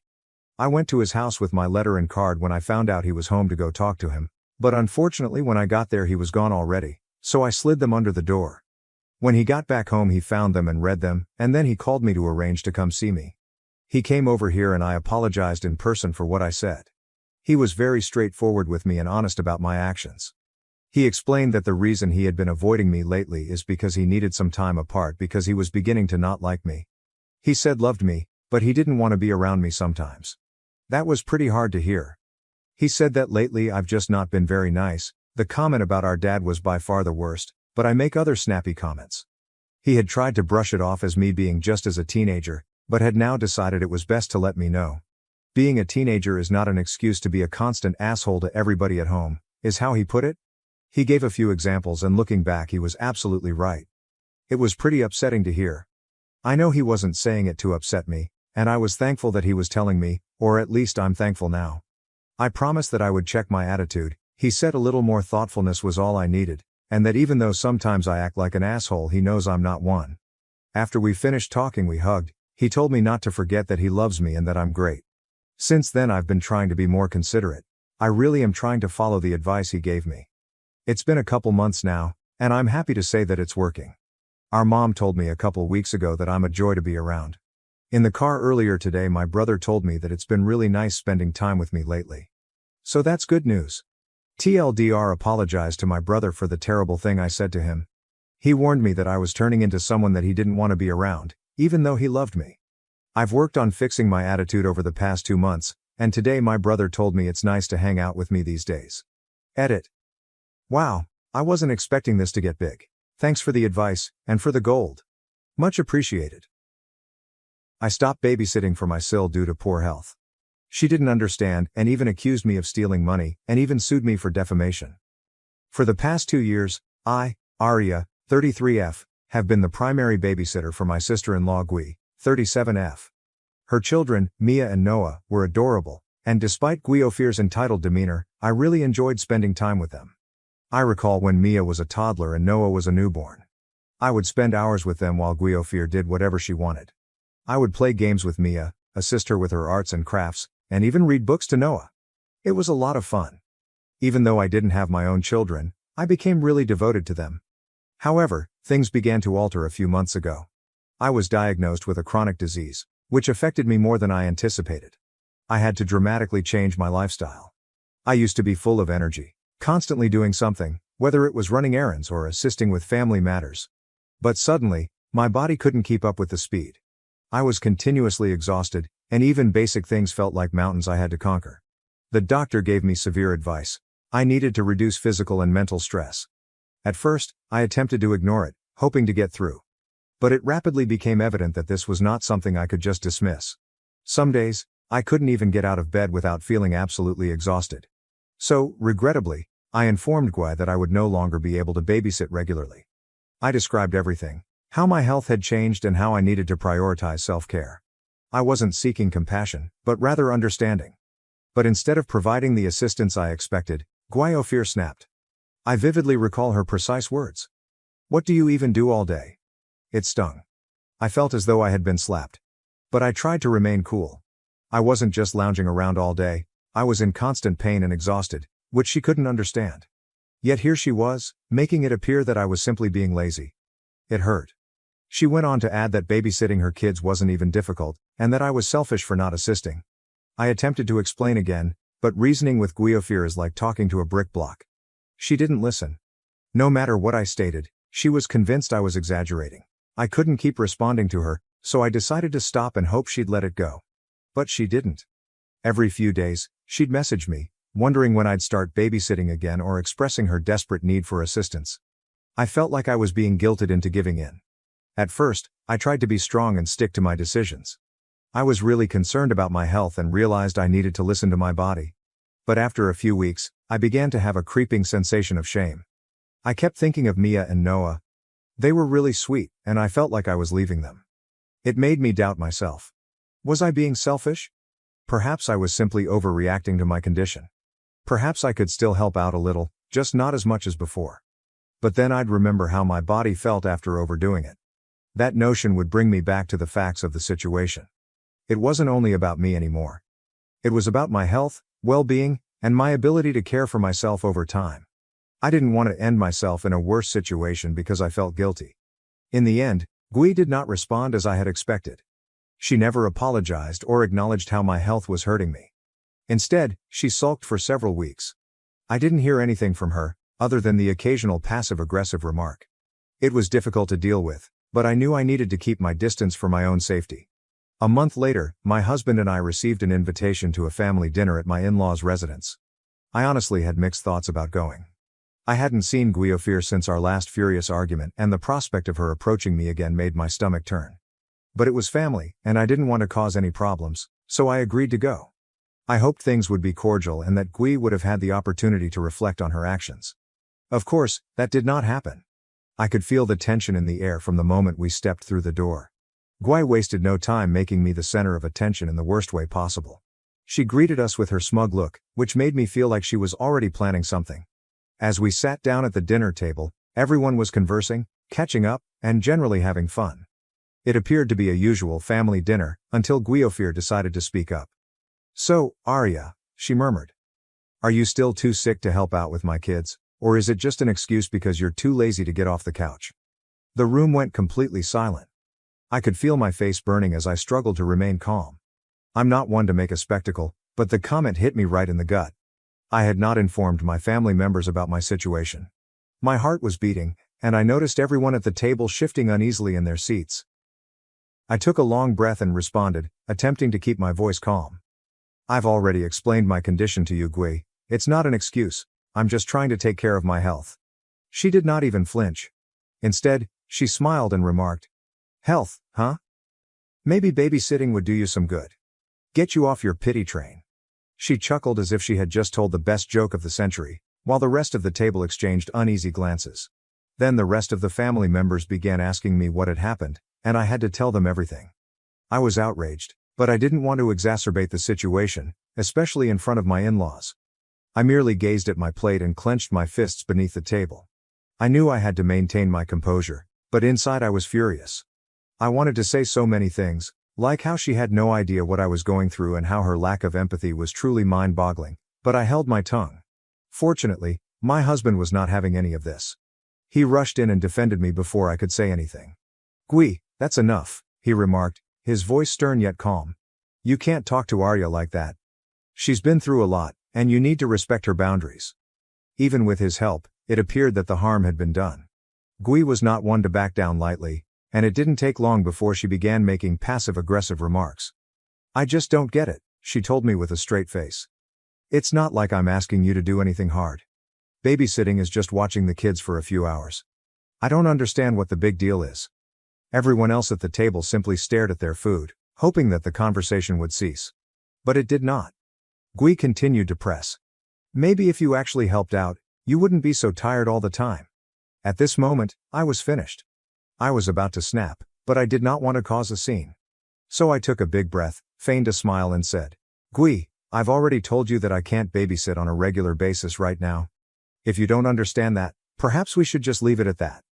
She didn't say anything after that, just looked at me curiously. I attempted to dismiss those ideas and concentrate on the fact that I had stood up for myself. But it was difficult not to feel insignificant in the face of Gui's complete disregard for my sentiments. The rest of the evening was as miserable as you might expect. Gui maintained her distance, but the tension in the air was strong, and I felt unable to relax. Unfortunately, her resentment did not stop there. Oh no, it got much worse. A few days after the family meal, I was sitting at home, trying to relax after another long day, when there came a tap on the door. I wasn't expecting anyone, so when I opened the door, I was surprised to see a police officer standing on my porch. My heart sank into my stomach as I struggled to make sense of what was occurring. I stood there in full shock as the police officer claimed that he was coming to investigate a theft report. Apparently, Gui had filed a lawsuit accusing me of taking money from her home. The words barely registered in my head at first. A theft report? Against me? I was unable to make sense of it. I immediately called Gui to try to acquire some information. My hands shook as I held the phone to my ear, my heart thumping in my chest. The phone rang for a few seconds before she answered. Gui, he replied. What is going on? Why are the police at my door? Why would you accuse me of stealing from you? She wasted no time flinging insults at me. You think you can just ditch my kids and get away with it? She said over the phone. Maybe this will teach you not to mess with me. I'm not going to let you get away with anything. I was shocked. This woman had truly gone to this length to make my life miserable. The claim was ridiculous, and I couldn't believe I was actually having this conversation. But it wasn't about reason or logic for her, it was about vengeance. She appeared to be eager to go to any length to punish me for setting boundaries and asserting my rights. I tried to remain calm, but my rage was boiling over. Gui, I muttered through clenched teeth, I didn't steal anything from you, this is insane. Why would you even make something like that up? But she laughed, as if she relished seeing me upset. I'm not talking to you about this anymore, she said abruptly, hanging up the phone. I stood there in shock, staring at my phone. How could somebody be so petty and malicious? I had no idea how to digest what had just happened. The police officer was standing there, and Gui had gone as far as accusing me of stealing. Stealing. It was ridiculous, and yet here I was, forced into this nightmare. Fortunately, the police officer recognized that something was not adding up. After a little talk, he had begun to see through her tale. Maybe I was an easy target for her. But I had no motivation, no opportunity, and certainly no experience with anything like this. In fact, I had been home the whole day the money allegedly went missing, and I had a solid alibi. The officer even checked our security camera to verify my whereabouts. It wasn't long until the entire situation imploded. The officer was courteous and professional, apologizing for any difficulty and assured me that everything had been resolved. But the harm had already been done. Gui had attempted to drag me through the mud, and I had to cope with the consequences of her petty behavior. Despite the fact that I was not in trouble, the entire experience left me shaken. Her scheme backfired spectacularly. When Mark found out about the police complaint and what Gui had done, he was furious. I'd never seen him that angry before. He'd always been the calmer, more patient one in their relationship, but this was the final straw. From what I could tell, he hadn't been pleased with her recent behavior, but the theft claim appeared to be the tipping point. It felt like something inside him cracked. He marched up to her and demanded she apologize to me. Of course, Gui refused. She was too proud, headstrong, and, frankly, humiliated to accept her mistake. I only learned about all of this after Mark came to my house to apologize on her behalf. To be honest, I wasn't delighted with their relationship. It seemed strange to be caught in the middle of their turmoil. But at the same time, I felt vindicated. She had tried to ruin my life with her falsehoods, and the consequences were now catching up with her. I couldn't help but feel a sense of relief that things were finally unraveling for her. The saddest thing for Gui was when news of the police report reached the school where she worked. Gui had been a teacher for years, and I believe she had always assumed her position was secure. However, after the school learned about the fabricated theft claim and the participation of the police, things began to fall apart for her in a dramatic manner. While no legal charges were filed against her, The fact that she had contacted the authorities in such a petty and vindictive manner was enough to ruin her reputation. I couldn't help but feel bad about how much I enjoyed watching her life collapse. I knew it wasn't polite to enjoy someone else's demise, but after everything she'd put me through, it almost felt justified. It was as if the cosmos was finally serving her a dose of her own medication. For so long, she moved around with a sense of entitlement, as if the world revolved around her. And suddenly, everything was falling apart. Of course, none of this was without consequences for me. As much as I wanted to move on and leave this mess behind me, it seemed like every time I took a step forward, I was drawn back into the drama. I began to feel sorry for the folks in our family who were caught in the middle, trying to decide which side to take. A few family members felt sorry for her and suspected that I had exaggerated or misread her intentions. But for the most part, they supported me. Still, there were awkward occasions at family gatherings when I had to act as if nothing was wrong when, in reality, things had gotten exceedingly strained. Gui's life has fallen apart, and it appears that she is blaming everything on me. She lost it during another one of our family confrontations, pointing her finger and yelling that I was to blame for everything that had gone wrong. She exclaimed that if I hadn't been so theatrical during babysitting, none of this would have occurred. It seemed as if everything that had gone wrong in her life was now my fault. But I had already learned to maintain my composure. I did not participate in the yelling match. Instead, I answered calmly, "Gui, I didn't make you mock me at dinner. I didn't force you to file a false police report. You did this to yourself." It felt strangely empowering to speak those words. For once, I was not going to let her twist the story or make me feel like I was wrong. I won't lie. As I watched her spiral, I felt a little sense of justice. Seeing someone so toxic face the repercussions of their actions seemed natural, even if I didn't take joy in her suffering. I'd endured enough of her harshness. I had to tell myself that this wasn't some small victory for me. It was merely the result of her own actions. The fact was, I never wanted to be a part of this drama in the first place. I merely requested some space to concentrate on my health and well-being.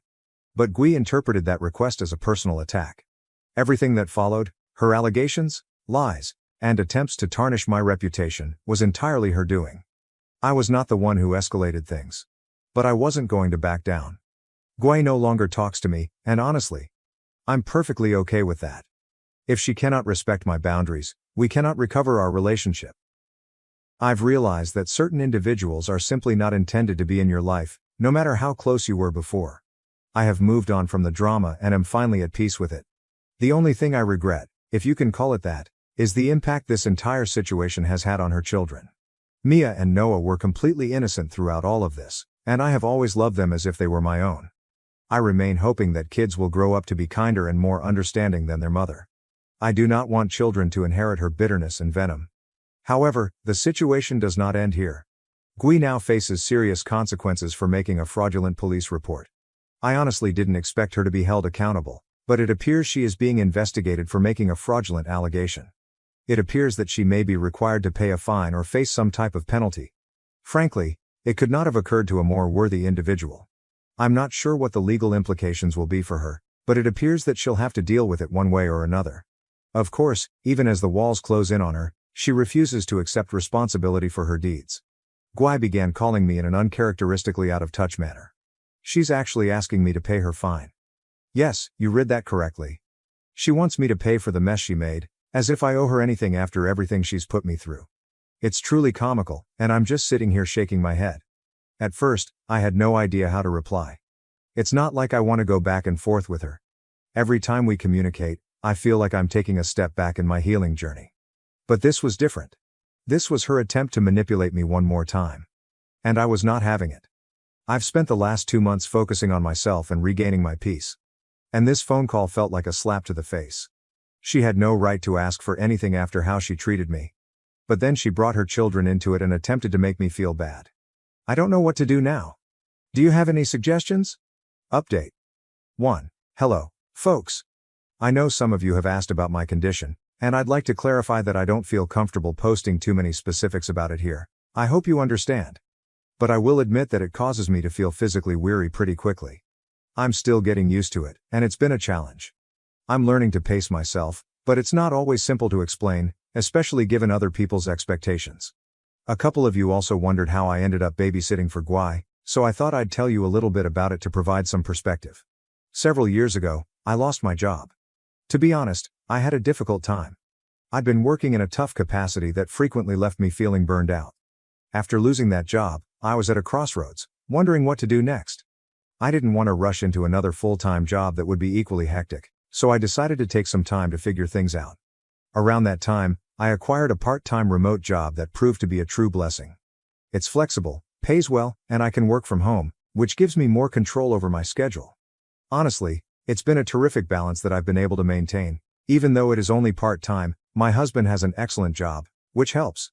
We've been able to maintain a decent financial situation together, so things worked out, even though it wasn't the job route I had planned. Now that I was working from home and had more spare time, I began looking for activities to occupy my days. That's how I ended up babysitting for Gui. Gui and I have always been related, but our relationship has had its ups and downs. She's not the easiest person to get along with, but when I lost my job, I had a lot of free time and figured I could help out with her kids. It began when she had to leave for a trip with her pals and her regular babysitter canceled at the last minute. She asked if I could step in, and I agreed, despite my reservations about the concept. I assumed it would be something transitory, but it eventually became my second job. She kept asking me to babysit, even when she wasn't on a trip. Her children, Mia and Noah, are wonderful, and I actually enjoy spending time with them, so I didn't fear it. But this is when things began to become difficult. What began as a courtesy quickly became something that seemed like an obligation.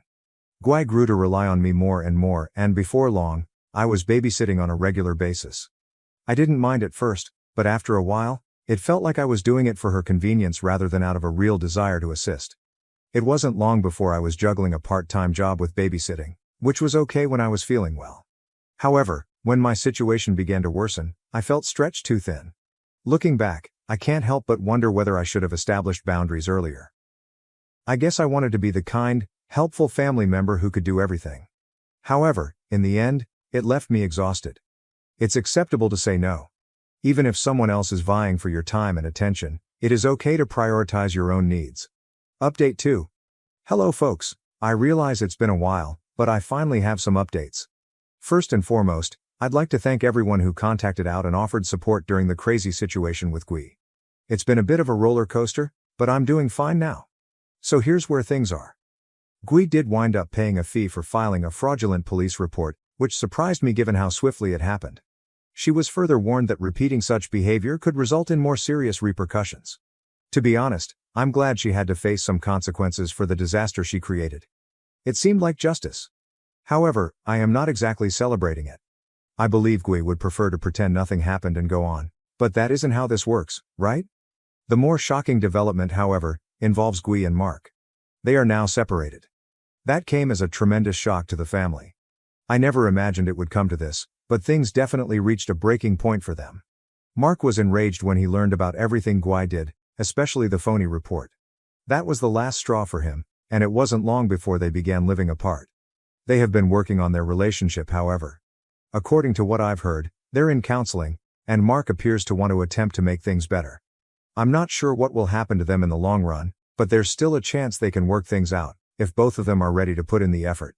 At this point, I've removed myself from their drama. It's difficult to care when you've been wrongfully accused of something you didn't commit. Gui still blames me for all that transpired. She refuses to speak to me, which is actually rather reassuring. I don't think I could take much more of her toxicity. There's just so much a person can take until they have to keep their own peace.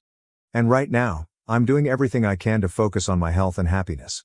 But, matter how toxic things were, I felt horrible for her. I understand her actions were the result of her personal problems, but that doesn't excuse what she did to me. I learned the hard way that just because someone is kin does not imply they have your best interests in mind. Even if you strive to help them, some people will manipulate and take advantage of you. And at some point, you must draw a line. The fact that I can no longer see Mia and Noah has made things a little more difficult. I miss those children. They were an important part of my life for a long time, and despite the difficulties with Gui, I actually enjoyed spending time with them. They're both brilliant and sweet children. It's weird not to be a part of their life anymore. I know they miss me, but I'm not sure if I'll see them again. Gui has made it clear that she wants nothing to do with me, and I do not want to overstep my boundaries. Update 3.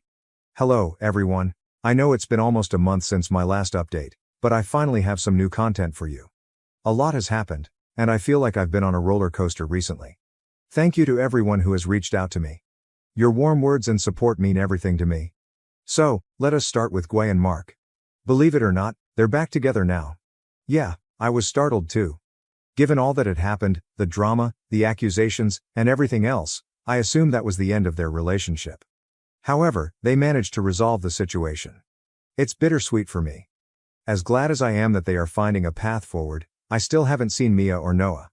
Honestly, I miss those children. I spent a lot of time with them, and they became an important part of my life. But with everything that happened, I can't seem to find a way back into their life. I know Gui has made it clear that she no longer wants me connected, and I do not want to break any limits. But I can't stop feeling like I'm losing out. I still think about them all the time and hope they are doing well. On a personal note, my illness has deteriorated in recent weeks. I won't go into too much detail, but let's just say I've been battling more physically. I was doing okay for a while until I had some flare-ups that brought me down. It's been a challenging few weeks, and there were times when I wondered how much longer I could continue. I was fatigued, and there were days when getting out of bed seemed impossible. I've been seeing my doctor more often and changing my treatment plan. Slowly but surely, I'm feeling better. But, I'm not going to lie, there's an underlying concern that things could turn terrible again at any point.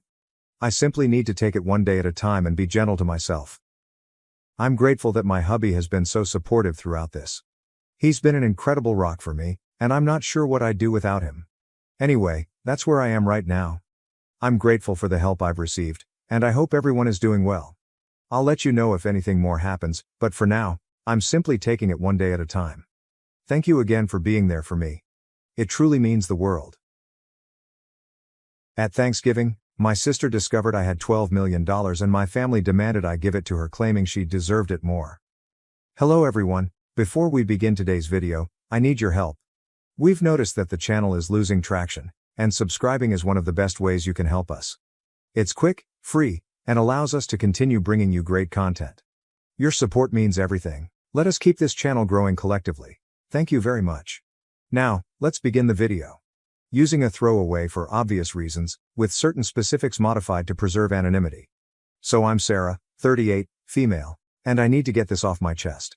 Do you know those family dynamics in which one child can do no wrong while the other appears to be invisible? Yes, welcome to my life. Everything was very typical until I was 8. I was an only kid, and while my parents were not particularly warm and fuzzy, they were present, I suppose. Mom would help me with my homework, and Dad would occasionally take me fishing on Lake St. Clair. We weren't the Brady Bunch, but we were fine. Then came the night that would change everything. I recall my Aunt Kelly showing up at 2 a.m. and telling me to pack a suitcase because Mom was in the hospital. My sister, Rachel, was on her way, but something was wrong. She wasn't meant to arrive for another 2 months. The following few weeks were a flurry of hospital visits and hush chats. Rachel was really little. She looked like one of my baby dolls, but with all these tubes and cables, I wasn't allowed to touch her or get too close. That was the first time I felt it, an invisible wall forming between me and the rest of my family. When they eventually brought Rachel home, our house turned into a sterilized bubble. Mom had an obsession with germs. I'm talking industrial strength disinfection throughout, hand sanitizer stations in each room, and constant cleaning. The harsh odor of bleach still causes me distress to this day. But here's the bit that really messed me up. Whenever I showed the slightest symptom of illness, I was whisked off to either Grandma Marie's or Aunt Kelly's house. I mean every time. Sneeze once, pack your bags. A mild cough, you're off to see Grandma. At first, I thought it was enjoyable. Grandma Marie would make cookies, and Aunt Kelly had a fantastic collection of Nancy Drew books that I was working my way through. But children are not stupid. After a while, you begin to understand what is actually going on. You are not being sent away on adventures, you are being handled as a threat. As if your entire existence could damage your beloved sister. I tried everything to gain their attention in a healthier manner. Honestly, everything? Got all A's? Mom would scarcely look up from Rachel's most recent doctor's appointment calendar. Won first prize in the scientific fair with a project about renewable energy. Dad just asked if I could store the display board in the garage since Rachel is allergic to cardboard dust. Is this even a thing? The real kicker came when I was 12. For months, I'd been practicing for the school talent show, teaching myself to perform Bridge Over Troubled Water on the piano. I know it's a little too obvious. Rachel had a 99.1 degree Fahrenheit fever on the night of the show. Guess who did not have anyone in the audience? Meanwhile, 2 weeks later, the entire family, including both sets of grandparents, attended Rachel's 15-minute flute recital, during which she essentially killed hot cross buns. Rachel immediately learned how to use the system. By the age of 7, she had outgrown any real health difficulties, but that didn't stop her from performing. Headache? Must remain home from school. Feeling tired? Someone else, guess who, should perform her tasks. Worried about a test? Mom would literally call the school to have the deadline extended. I began spending more and more time in my room, immersed in books about art history and antiques. It's funny how life works out sometimes. My room became my sanctuary, mostly because Rachel claimed she was allergic to my lavender air freshener, so it was the only place she wouldn't go. Do you know what is actually wrong? When she pretended to be sick, a part of me felt grateful. At the very least, I'd be taken to Grandma Marie's, where someone would ask about my day or be interested in what I was about. Grandma was the one who sparked my interest in vintage jewelry. She had an incredible collection of costume pieces that she let me organize and catalog. I suppose I should have regarded it as prophetic. The worst thing wasn't even the clear favoritism. It was how they rewrote history to excuse their actions. Rachel just needs more attention because she had such a rough start. Sarah's always been so independent. Sarah understands that her sister has special needs. Number I did not comprehend. I was a child who didn't understand why having a good immune system made me less deserving of love. Looking back, I can see how these years shaped me. The persistent message that I was somehow unsafe or inconvenient to be around doesn't just go away. But hey, at least it taught me to be self-sufficient. When no one checks your homework or cares about your triumphs, you quickly learn to be your own cheerleader. High school, the majority of people either loved or loathed it. Me, I regarded it as a ticket out. While Rachel was establishing her drama empire in middle school, I was laying the groundwork for my own escape. And let me tell you, nothing inspires you to accomplish more than knowing that no one will do it for you. Remember how I said I spent hours sorting Grandma Marie's jewelry collection? That taught me a valuable lesson: the need for systematic organization and attention to detail. In high school, I approached everything with the same perspective. My desk at home resembled something out of an organization magazine: color-coded notes, meticulously organized study plans, and everything had its place. Rachel teased me about it, calling me Rain Man. Very great, sis. But here's the thing about being invisible: no one is monitoring your failures or successes. So do whatever the heck you want. I joined every club that would not interfere with my part-time employment at Carson's Diner. Thank you to Carol, the owner, for remembering my birthday when my own parents had forgotten. Debate team? Check. Who is the National Honor Society president? Check. Who is the editor-in-chief of the school newspaper? Check. The debate team was when I truly found my voice. There's something quite rewarding about shattering someone's argument while maintaining complete composure. It also taught me how to negotiate, which I didn't realize at the time but would be useful later. I've won states twice. Rachel had major soccer games, therefore my parents were unable to attend both competitions. She was on the C team, did not even play. The game changer the junior year was when things truly became interesting. I took the SAT and received a flawless score. Not like, oh, pretty good, perfect. I mean, perfect. 1600. You know how many people receive that? Less than 1%. I remember staring at the results screen for almost 20 minutes, convinced it was an error. I rushed home to tell my parents. I realized this is stupid. Mom was in the kitchen assisting Rachel with her English homework. The conversation went something like this. My reaction: Mom. Look, I got a perfect SAT score. Mama. That's nice, honey, but can you keep it down? Rachel's trying to concentrate. She has a big test tomorrow. Rachel, you're correct. Yeah, some of us actually have to study, Miss Perfect. She said. Rachel, sweetie, don't stress. You're just a different kind of learner. I still have the hard copy of those SAT results someplace. Never got pinned on the fridge. But Rachel's C+ in English? That infant received primo refrigerator real estate, complete with a "we're so proud of you" magnet. College applications. The college application procedure was interesting. I applied to 15 schools without informing anyone. I wrote all of my own essays, gathered my own recommendations, and handled all of the financial assistance paperwork myself. My guidance advisor, Mr. Chen, was the true MVP. My parents were too busy to help me with the FAFSA, so I stayed late after school. Then acceptances began to arrive. Harvard, Yale, Princeton, Michigan, and each one comes with a scholarship offer. I stored them all in a locked box under my bed, knowing what would happen if Rachel discovered them.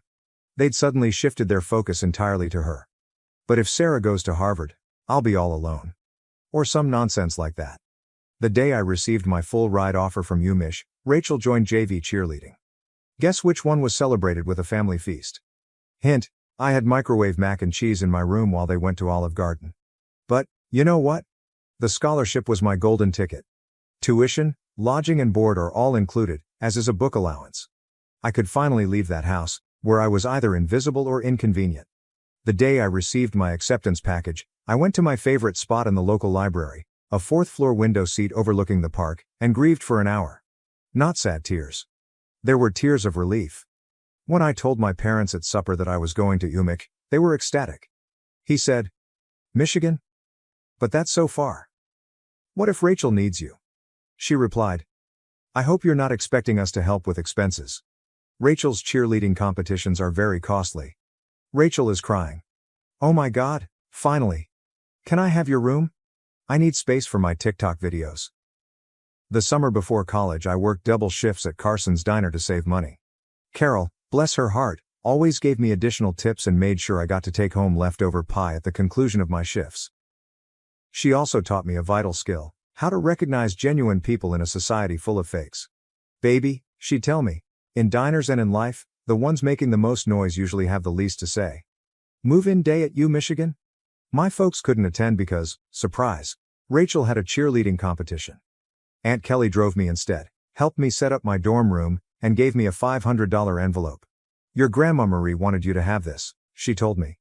"She's so proud of you." Later, I learned that Grandma had been saving that money from her Social Security checks for months. That first night in my dorm room, I promised myself, I was going to create such a wonderful life that being overlooked would be inconceivable. Not for vengeance. Nothing to prove to my family. But what about the 8-year-old girl who used to get sent to Grandma's house for sneezing?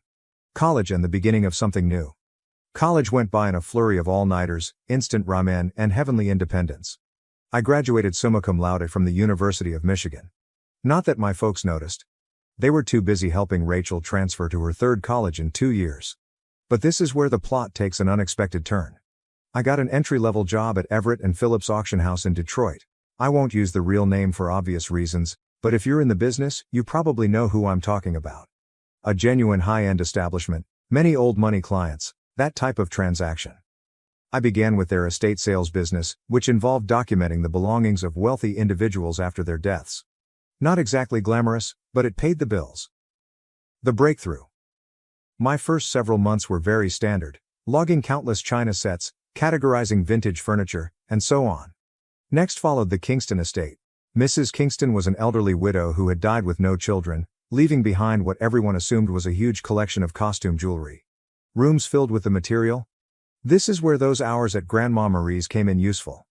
I'm looking through this stack of jewelry when something catches my attention. It's an Art Deco brooch. Nothing really showy, yet something about it felt different. The weight was unsuitable for costume jewelry.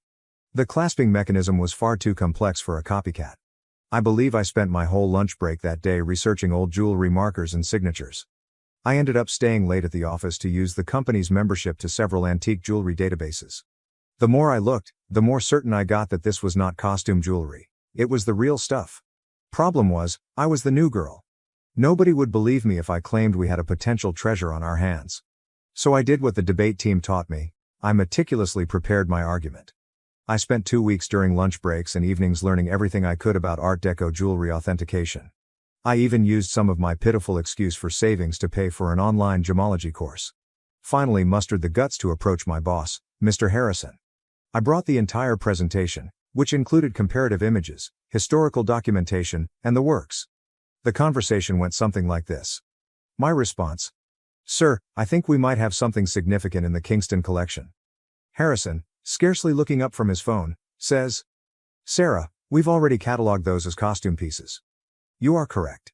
I know, but look at these maker's marks. They match perfectly with Cartier's 1925 signatures.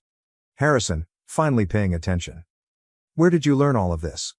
My reply was, I did some research. Long story short, the costume brooch sold for $47,000 at auction. It turns out that it was part of a limited collection created for some European set in the 1920s. But here's the real kicker. Harrison started to trust me after that. He began giving me other artifacts to authenticate. Suddenly, my pointless pastime of sorting antique jewels acquired real significance. I devoted myself to learning everything I could about vintage jewelry. I took every online course I could afford. I spent weekends at estate sales, researching items. Even began a small notepad to document various authentication procedures. My apartment looked like a jewelry scholar's fever dream, with walls covered with printouts of vintage hallmarks and certification guidelines. The auction house started getting results. I was discovering important items that others had overlooked, developing contacts with collectors, and knowing the market. My commission checks became larger. For the first time in my life, I was not simply surviving, I was also saving money. Family? Still remarkably uninterested. At Sunday dinners, which I still went to like a fool, the discourse went like this. Mom. Sarah's still at that antique shop, right? This is me. Auction house, and yes. Actually, I just authenticated a rare Tiffany piece. Rachel interrupts. Oh my God, speaking of jewelry. You guys have to see this charm bracelet I bought at the mall. But I didn't care anymore. For once in my life, I had discovered something wholly mine. Something I was actually excellent at. Something unrelated to being Rachel's sister or family disappointment.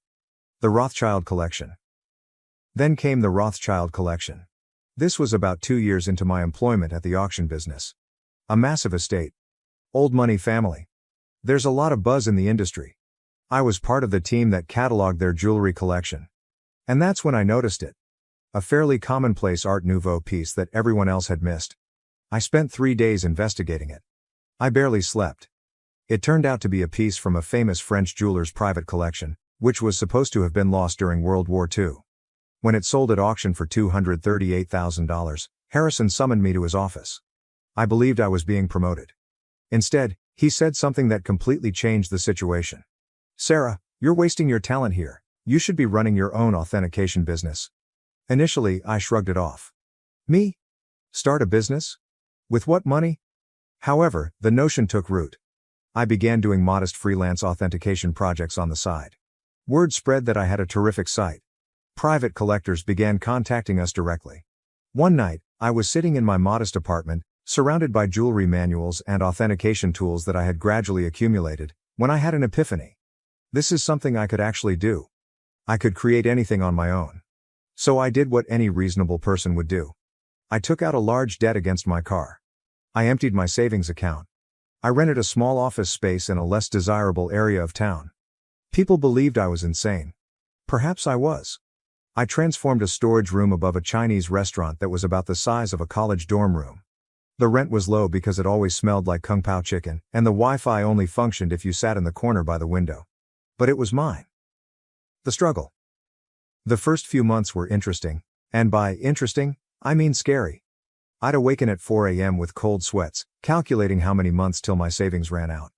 Loan payments felt like a rope around my neck. My office furnishings comprised of, I purchased a card table from Goodwill. A chair I literally found on the curb. Don't worry, it was thoroughly cleaned. However, in the world of high-end jewelry, reputation and contacts are everything. And my experience at the auction house provided me with both. I started small by doing authentication work for local antique dealers. My fees were lower than the larger organizations, but my attention to detail was becoming known. Word spread. 6 months later, a watershed moment occurred. A dealer I had dealt with at the auction house inquired about a collection of Victorian-era brooches. The owner requested confirmation before selling.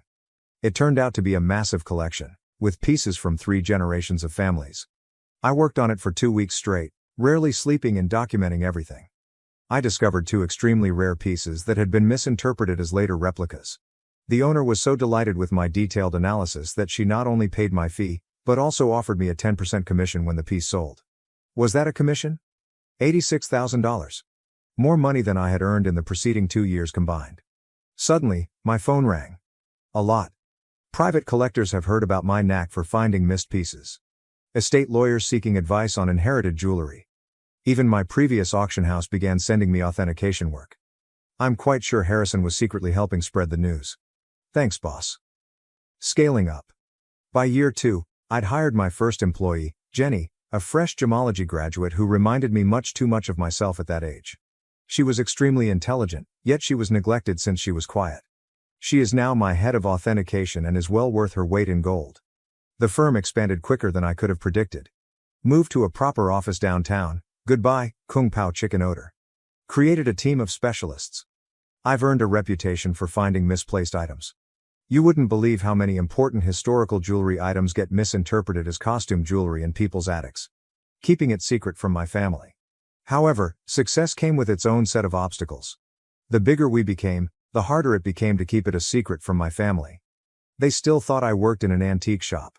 Rachel would make these sarcastic remarks during family dinners. Rachel asks, "Sarah, I have some old jewelry I was going to donate to Goodwill. Maybe your little shop would want it?" Me, having just authenticated a $1.2 million Fabergé item that morning. "Sure, I'll look into it." Mom continues to introduce me to everyone as my other daughter. She works with old jewelry or something. Meanwhile, I was quoted in Forbes, luckily under my company name, and we had recently built our third office. What's strange about it? Keeping the secret became almost enjoyable, like this private joke with myself. I'd sit at Sunday dinner in my Target discount outfit, really Chanel, listening to Rachel speak about her entry-level marketing job, knowing I'd just closed a deal for more than her annual income. I even started playing tiny games with myself, such as wearing authentic Harry Winston pieces to family gatherings and seeing whether anyone noticed. They never did. Rachel once spent 20 minutes showing off her expensive $200 Michael Kors watch. I was wearing a vintage Patek Philippe that cost more than her automobile. Managing growth. However, the real challenge was managing growth. By year 5, we'd established offices in Detroit, Chicago, and New York. I spent more time on airplanes than in my own bed. We built a reputation for discretion. It turns out that many wealthy people want their jewels verified without the rest of the world knowing. The money was enormous. For example, we needed to hire a large team of financial advisors. Nonetheless, I maintained a relatively modest lifestyle. I purchased a nice, but not flashy house in a desirable neighborhood. I drove a high-end, but not obvious car. The only place I truly splurged? My home office. Advanced authentication equipment. The most effective security system money can buy. A custom-built vault to make Fort Knox envy. What's with the irony? They believed I was being frugal by aiding them. Mom would remark things like, "It's so sweet of Sarah to help out. She must be eating nothing but ramen to manage it."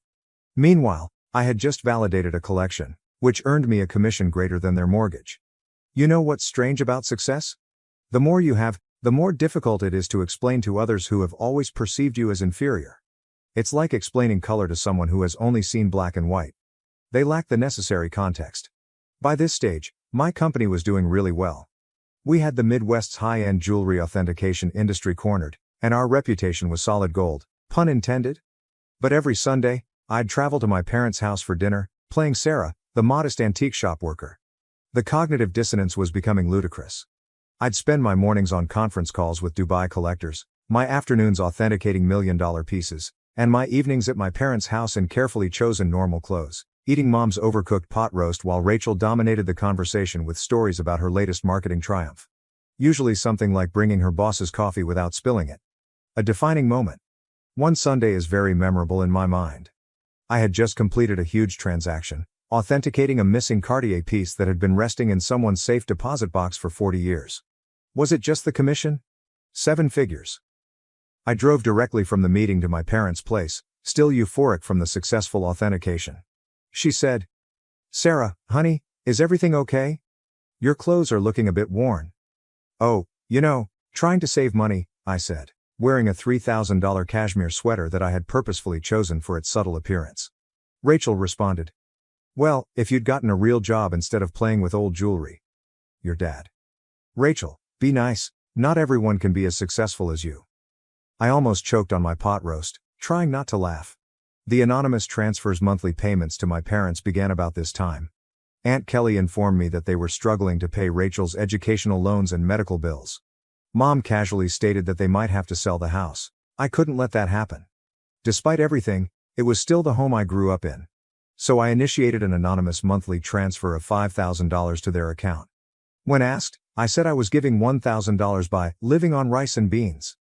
They imagined the rest came from Aunt Kelly or another family. Rachel, of course, claimed responsibility for inspiring family members to help. Watching Rachel spend my money. The money was helpful, But it also had unexpected consequences. My parents began treating me with a strange combination of sorrow and patronizing pride. As if I were some kind of noble poverty case, sacrificing everything to support the family. Meanwhile, Rachel's spending became more extravagant. She'd arrive for dinner with new expensive bags, claiming they were outlet finds. They weren't. I can recognize a genuine Gucci at 20 paces. She began taking extravagant vacations and bragging on Instagram about her fortunate life. I'm very convinced she used my support money for shopping sprees. However, I remained silent. The irony was simply wonderful. The MBA drama. Then came the college fund drama. Rachel revealed that she wants to return to school for her MBA. Another private university, of course. Only the best for the golden child. Mom contacted me in tears, explaining how they couldn't afford it. I say, maybe Rachel could look at state schools? They have good programs too. My mother. Oh honey, you don't understand? Your sister needs to maintain certain standards. But, speaking of assisting, may I increase my monthly contribution for a few years? I increased it to $7,000 per month. My accounts were unaffected. But witnessing them compliment Rachel for taking initiative with her education, while presuming I was living on ramen to help out, that stung a little. The actual kicker? I was giving a guest seminar at the same business school Rachel wanted to attend. My family didn't know that. The dean personally invited me to give a lecture on luxury goods authenticity and business growth. I had to come up with an excuse as to why I couldn't attend Sunday dinner that week. My own achievement started to feel like a distinct life. As if I were some kind of corporate superhero with a hidden identity. By day, I was running a multi-million-dollar authentication business. By night, well, on Sunday evenings, I was just Sarah, the disappointed daughter who worked at an antique shop. The breaking point, Thanksgiving. The weight of the untruth was becoming heavier. Rachel made rude remarks about my career on multiple occasions. Each time Mom apologized to her friends for my modest lifestyle. Every time Dad suggested I get a real job. I believe I always knew it would end dramatically. I just didn't expect it to implode so spectacularly on Thanksgiving. It began 2 weeks before the holiday. Mom called, weeping about her back discomfort. She had been diagnosed with a herniated disc, and the notion of cooking Thanksgiving dinner for 20 guests overwhelmed her. Now, I'd like to tell you that I offered to help purely out of goodwill. But really? I became tired of pretending her dried turkey was appetizing. My response: why don't I handle the food this year? I can have it catered. She replied, oh honey, we can't afford a caterer. My response: don't worry about the cost. I've been saving up. Mom, concerned. You're not taking out a loan, are you?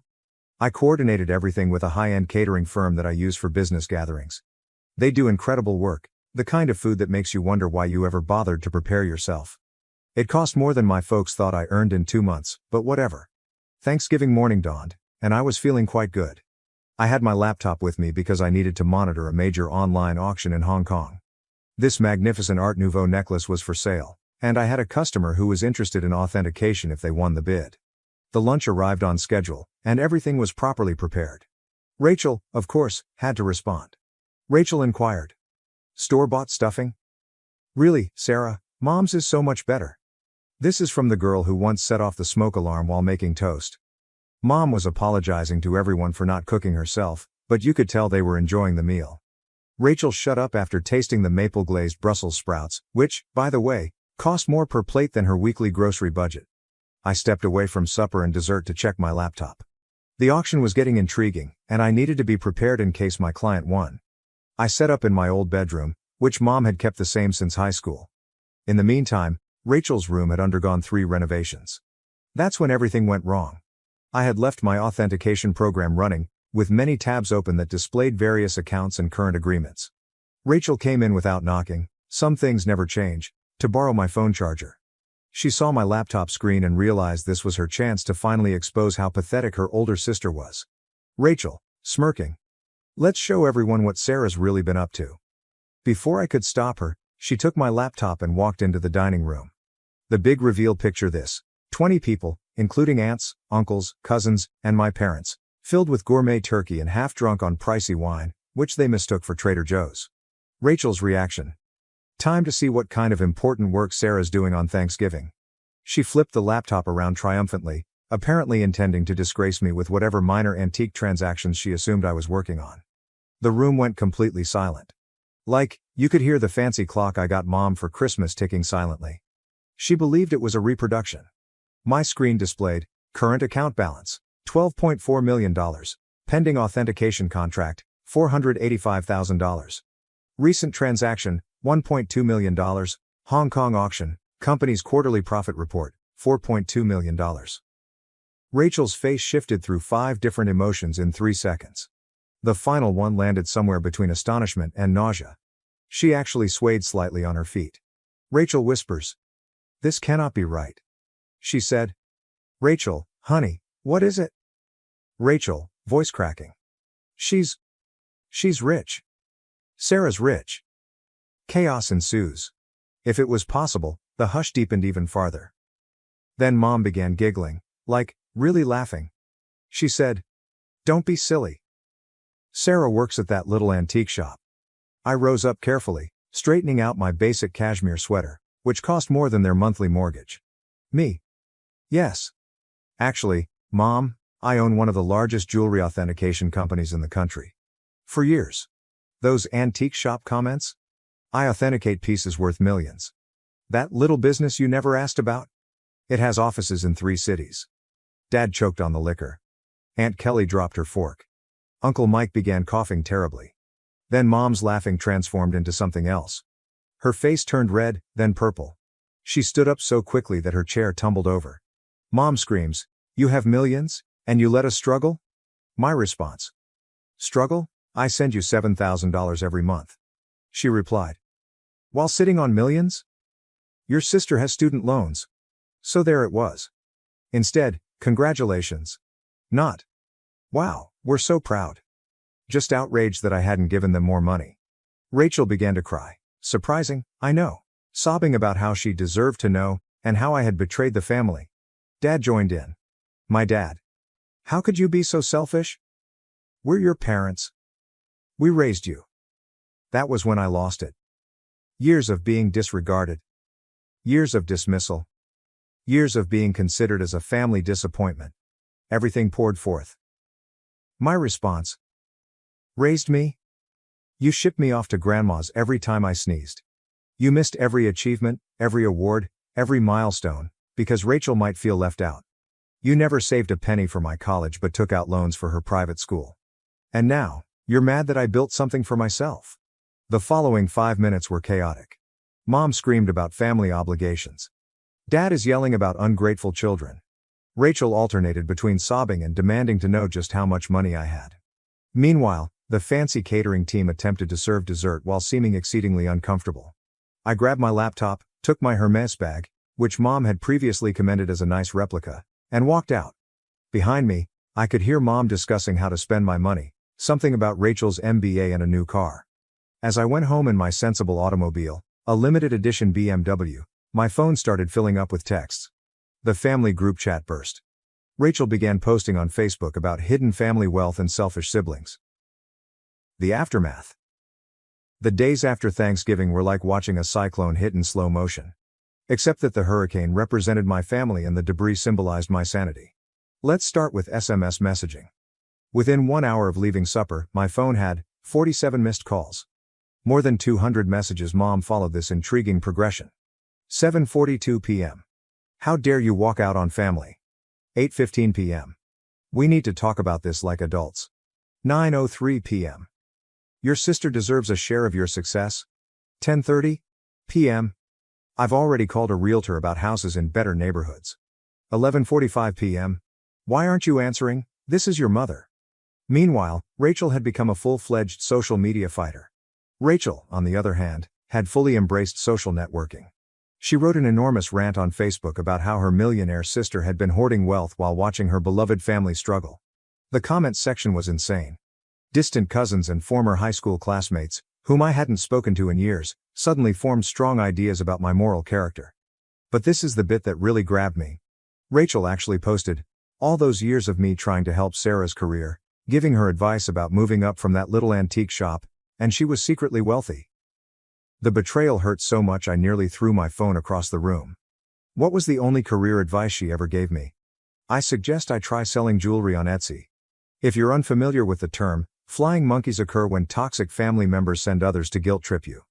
Aunt Susan, whom I saw maybe once every 3 years, called to inform me that family is everything. Uncle Bob, who I'm pretty sure still believes I'm 12, emailed me a lengthy lecture on the importance of sharing wealth. Even my third cousin's wife's sister, how did she acquire my number, felt compelled to express her thoughts on family obligation. But the real fun began when they arrived at my workplace. I arrived in on Monday morning to find Mom, Dad, and Rachel sitting in our reception area. They informed Jenny, my receptionist, that they had an appointment for authenticating services. Rachel clutched her Michael Kors bag as if it was genuinely worth something. The conversation went about as well as one would expect. Your mother. We've discussed it as a family. I said. A family discussion, without the family member you're discussing. Mom, ignoring me. And we think it's only fair that you set up trust funds for everyone. Rachel responds.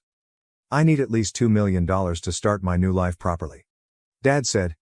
And your mother and I would like to retire. We're thinking a beach house in Florida. This is me.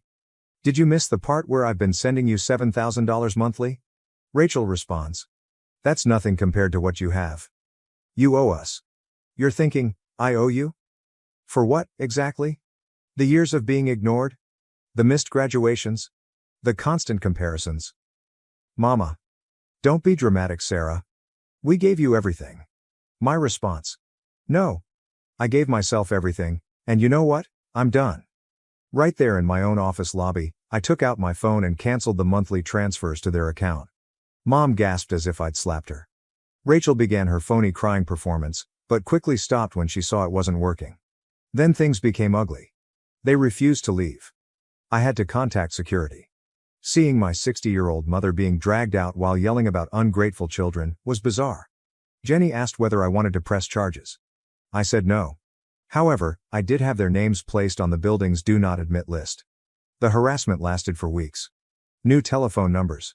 Fake email addresses. Even tried to contact me through my company's customer service. I finally had to issue a formal legal notice, threatening harassment charges. Mom then played her final card. She called Grandma Marie, but here's the thing about Grandma Marie, she is wiser than all of them together. How did she respond? Good for Sarah. About time someone in this family succeeded on their own terms. Mom did not speak with her for 2 months after that. It has been 6 months since Thanksgiving. I relocated to a new home, with better security. I changed all of my numbers. What about the company? We are doing better than ever. It turns out that my family problems attracted several high-profile clients who respected my caution in the circumstance. Rachel continues to write passive-aggressive updates about toxic wealth and family betrayal. According to what I've heard, she is beginning her own jewelry authentication firm. Good luck on that. Mom and Dad finally stopped trying to contact me when my lawyer wrote them an official letter outlining how the harassment charges would affect their lives. They're now informing everyone that they never wanted my money anyway, and that they're praying for my salvation. What's the best part? For the first time in my life, I feel liberated. No more Sunday dinners full of sly insults. No more downplaying my accomplishments to spare their feelings. No longer financing for the Rachel show. My therapist believes I am finally establishing healthy limits. I say, I am finally living authentically. So, that is my story. Reddit? Thanks for allowing me to share it.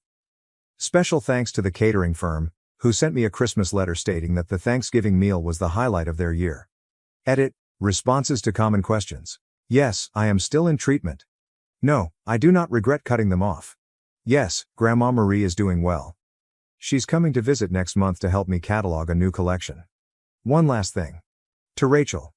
I know you're probably reading this. What about the Cartier bracelet you're wearing in your most recent Instagram post? Definitely a fake. Just saying. My parents kicked me out on Thanksgiving for not paying for a vacation. A month later, they asked for help after my brother lost $25,000 gambling. This is our thanks for your little support, they stated. I told them I stopped paying the bills and fled, but they laughed. A month later, Thanksgiving was meant to be about family and giving thanks. Instead, my father looked me dead in the eye in the middle of supper and told me, "You have to leave." I froze, fork halfway into my mouth. What? My mother avoided my gaze. My younger brother and sister kept their heads down, pushing food around on their plates as if they were trying to disappear. My father, on the other hand, appeared serene, as if he'd already made up his decision. This is our gratitude for your small assistance, he remarked, shaking his head. I gave out a quick laugh, believing it was some sort of strange joke. What the hell are you talking about? My father reclined back in his chair, arms crossed. You're not pulling your weight, Jack. You've been here for months, and we don't see much help from you. I stared at him. Am I not doing my fair share? I had been living with them for a few months, but I wasn't just sleeping on their couch. I held a full-time job. I bought groceries not only for myself, but for everyone. I paid for takeaway when they didn't want to cook. I also paid my younger siblings' internet bills because they required them for school. And it doesn't include the times I provided my father with petrol money or auto maintenance when he grumbled about being short. I wasn't anticipating a prize, but being told I wasn't contributing at all? This was ridiculous. I scoffed. Are you serious? I've paid for stuff. Not enough, my father interrupted. You're a grown man. You should take care of yourself. And that's when it struck me. It wasn't just about me staying at their house. This was about the talk we had a few days before. They had asked me to pay for the vacation. Not just a weekend getaway, but a full-fledged luxury resort with flights. They wanted me to pay for the entire thing. At first, I assumed they were joking. When I learned they weren't, I said no. My father's face darkened, and my mother gave me this look as if I had personally offended her. After that, things got weird. They stopped talking to me so much, and now they're kicking me out. I breathed slowly. So this is about the vacation, huh? My mother pursed her lips. Jack, family supports each other. I laughed. Yeah. And what exactly have you done to support me?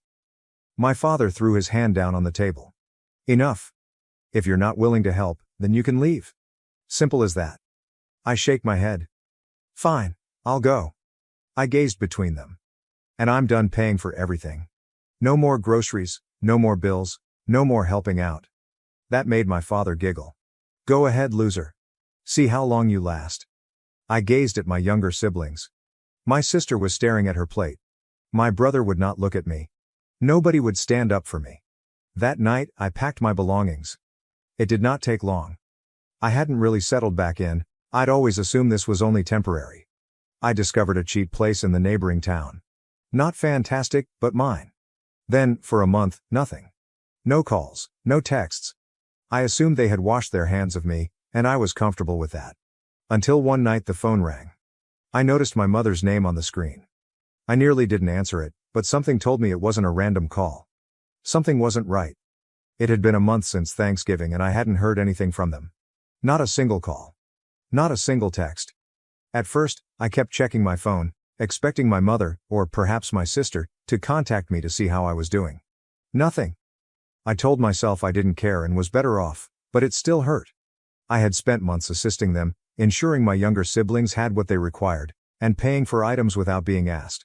And once I stopped, it was as if I never existed. But, after a while, I started to like the silence. My apartment was small and shabby, and I could hear my neighbors through the thin walls, but it was mine. Nobody asked me to pay for their groceries. No one expects me to pay their expenses. For the first time in months, my paycheck lasted. I could purchase something for myself without feeling guilty. Then, suddenly, my phone rang. I had just sat down with a plate of leftover takeout when I saw my mother's name flash across the screen. I simply stared at it for a second, perplexed. They hadn't called me since I left, not even to see whether I was still alive. And now, suddenly, they're reaching out. For a second, I considered ignoring it and sending it to voicemail. But something felt off. I sighed and responded. Hello? There was a pause on the other end. Then my mother's voice came through, quieter than normal. Jack. We need your help. I nearly laughed. Now you need my help? What, did your vacation plans fall through? I asked, not trying to mask my sarcasm. She did not respond. Instead, she simply replied, It's Ryan. That made me sit up. What about him? She paused. I could hear muted voices in the background, my father shouting something I couldn't understand. Then she explained, he lost $25,000. I felt my stomach drop. He what? He gambled, she acknowledged. I ran my fingers across my face. Ryan was barely old enough to drink, much less gamble. But $25,000? That was more than just a few $100s in poker losses. This was serious. How the hell did he even get that kind of money? I requested an explanation. He borrowed it, she explained. Her voice crackled slightly. I closed my eyes. Jesus Christ. And now, she went on. He owes it all back. And we don't have it, Jack. We're completely out of money. I sat back in my chair, staring at the ceiling. A month ago, they laughed in my face when I declared I was done paying for everything. They had kicked me out on Thanksgiving. And now they're desperate for my assistance since my foolish brother has gotten himself into a huge debt. It would have been so easy to hang up on them and tell them it wasn't my problem. Allow them to deal with it. But, despite everything, I couldn't. Ryan might have been foolish, but he was still my brother. And if he did borrow that much money, it was not from a bank. This was horrible. I breathed slowly. I'm coming over. My mother's voice was filled with relief. Thanks, Jack. I didn't respond. I simply hung up, grabbed my keys, and walked out the door. I had no idea what I was entering into. But I knew that this was only the beginning. The drive back to my folks' place felt odd. I hadn't been there since the night I left, and I never expected to return so soon. The neighborhood looked the same. Even in late December, a few houses still had Christmas lights up. The same old beat-up automobiles sat in the drives. Everything was exactly as I remembered it. However, it felt different. I pulled into the driveway and sat there for a while, clutching the steering wheel. Part of me wanted to turn back and drive away. But I sighed, exited, and proceeded to the front door. Before I could knock, my mother opened the door. She appeared weary. Jack, she sighed. Come in. I stepped inside. The house smelled the same, like cinnamon air freshener and whatever cheap candle my mother always bought. But the energy was utterly different. Ryan was seated on the couch, stooped over and staring at the floor. My father stood at the dining room table, arms crossed, appearing angry. Nobody spoke for a second. Then I asked, all right, someone tell me what the hell happened. Ryan did not look up. My mother sat next to him and caressed his back like if he were a young child who had just skinned his knee. My father was the one who reacted. Your brother was an idiot, that's what happened. Ryan eventually spoke, and his voice was quiet. I didn't mean for it to get this bad. I stared at him. How do you accidentally lose 25 grand? He let out a nervous breath. It started small. Just a couple hundred. Then I won big, so I kept going. He eventually looked up at me, his face pallid. And then I lost everything. I shake my head. Okay, but you didn't have 25 grand to lose. So who the hell gave you the money? Ryan paused. My father responded for him. He took out a loan. Something about how he said it made my stomach turn. What kind of loan? My mother spoke up calmly. Not a bank loan. I felt my jaw tightening. So, what? Some backroom loan shark? Nobody responded, but their quiet revealed everything I needed to know. Jesus Christ. I squeezed the bridge of my nose. Okay. And when exactly is he supposed to pay this back? End of the week, my father mumbled. I let out a slow breath. And you have nothing? My mother shook her head. We're already maxed out on our credit cards, we don't even have enough for next month's rent. I leaned against the wall and took everything in. A month ago, they declared me a loser and kicked me out. They were now drowning in debt, desperate, and looking to me for help. I had the money. Not all of it, but I'd been saving since I moved out. I could handle at least half of that. But, should I? They had completely abandoned me. My father had literally laughed at me as I walked out the door. But Ryan? He was different. Yes, he'd been a jerk, but I could see fear in his eyes. If he owed money to the wrong people, this was more than just a lesson to learn. It was risky. I breathed sharply. I can cover some of it. My mother gave a sigh of relief. My father said nothing. Ryan only nodded, his gaze fixed on the floor. I'll wire you 12 grand, I announced. That's all I can do. My mother grabbed my hand. Thank you, Jack. I drew away. Don't. Just make sure this never happens again. I turned to Ryan. And you? You're going to pay me back, every damn cent. He gulped heavily. I will. I did not believe him. But I'd deal with it later. For the time being, I had simply bailed them out. Even though I knew I shouldn't have, I couldn't help but wonder if this would make a difference. Little did I know how incorrect I was. I wired the 12 grand that night. My mother nearly sobbed. My father whispered what I believe was a thank you, but he couldn't look me in the eye. Ryan only nodded, still looking sick to his stomach. I did not remain after that. I made it clear that this was a loan and not a gift. And Ryan would repay me. Nobody argued. As I drove back to my apartment, I reminded myself that I had done the right thing. It was not about my parents. It was about Ryan. He was my brother. And, as much as I wanted to let them all sink in the disaster they'd created, I couldn't stand by and watch Ryan get harmed over something silly. A week has gone. Then 2. Then a month. And nothing. Ryan had not sent me a dime. No calls. No texts. Nothing. I waited and gave him the benefit of the doubt. Perhaps he was back on his feet. Perhaps he was working things out. Then one day I broke down and called him. He responded after a few rings. "Hey, Jack." I got straight to the point. "Where's my money?" There was a pause. I don't have it yet." I clenched my jaw. "You said you'd pay me back." "I will," he replied promptly. "I just need more time." I scoffed. "More time? Ryan, it's been a month. You haven't even sent me $20. He became quiet. I could hear background noise, possibly from a video game. He wasn't even working, right? I felt my patience crack. "You're screwing around, aren't you?" "No, I'm trying, man, I'm just..." I cut him off. "I don't care about excuses. I bailed you out. I didn't have to, but I did. And now you're just ignoring it?" "I'm not ignoring it," he exclaimed. Things have been hard, okay?" I laughed bitterly. "Yeah. Well, things are gonna get a lot tougher if you don't start paying me back." Silence. I exhaled. "Whatever. Just figure it out." So I hung up. I expected something after that. 100 here, 50 there, whatever. Still, nothing. A week later, I decided to ask my parents instead. If they had the money to bail Ryan out, they could help him repay me. Right? So I called my father. As soon as he responded, I went to the point. "Hey, I need to talk to you about Ryan's debt." My father gave a frustrated sigh. "What about it?" "He hasn't paid me anything, not a dime." "So?" I halted. "What do you mean, so?" "You gave him the money. That was your choice." My hold on the phone intensified. "It wasn't a gift." My father gave out a dry laugh. "Well, that's your problem." I believed I had misheard him. "Excuse me?" "You chose to help him," my father said, as if explaining something to a child. "That's on you. Don't come crying to us about it." I was surprised and didn't know what to say at first. "Those were your exact words," I finally said. "Family helps each other," you said when you kicked me out. "But now that I need support, that no longer applies." "Jack, you're an adult," he continued, his voice stern. "Now handle your own problems." I gave a quick laugh. Wow.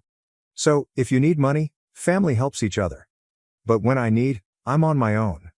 "That's life," he remarked dismissively. "Don't you like it?" "Too awful." I felt sheer wrath rise up my spine. They asked me to come back. They begged me to save them. And as soon as they got their way, they abandoned me. "Got it," I replied coldly. "Enjoy your life, Dad." I hung up. I sat there for a minute, staring at my phone, trying to understand how deep their selfishness went. That's when I realized something. I wasn't about to let this go. Not this time. They assumed they could walk all over me. They were about to learn how mistaken they were. I sat in my apartment, staring at my phone and repeating my father's words over and over. Handle your own concerns. That is life. They genuinely felt they could just use and discard me. That I would continue playing their game. Keep bailing them out while they trample all over me. They didn't know who they were dealing with. I wasn't about to let this go. I spent the following few days contemplating. If Ryan didn't pay me back, and my folks ignored it, I needed another way to receive my money. And then an idea struck me. One so basic, I couldn't believe I hadn't thought of it sooner. I could still access my folks' Wi-Fi and cable accounts. I had set them up while I lived there, and the bills were always in my name because I was the one who paid for them. And guess what? They never updated the billing information after I departed. So I logged in and canceled everything. The internet is gone. Cut off the cable. Streaming services are disabled. They were officially off the grid. I sat back, waiting. Sure enough, my mother called the next morning. "Jack," she replied, agitated. "The internet's down." I pretended to be clueless. "Huh, that's odd." She sighed. "Could you look into this? Your sister has schoolwork, and we can't even watch television." I smiled. "Oh, I already know what happened." "What?" "I canceled it." Silence. You what? She finally spoke. I canceled everything. Internet, cable, Netflix, and whatever else you were using is no longer available. Jack, she gasped. Why would you do that? I slumped back in my chair. I'm not sure, maybe because I'm still paying for it? But, your sister needs it for school. Then maybe, I responded slowly. You should pay for it yourself. I could hear my father in the background.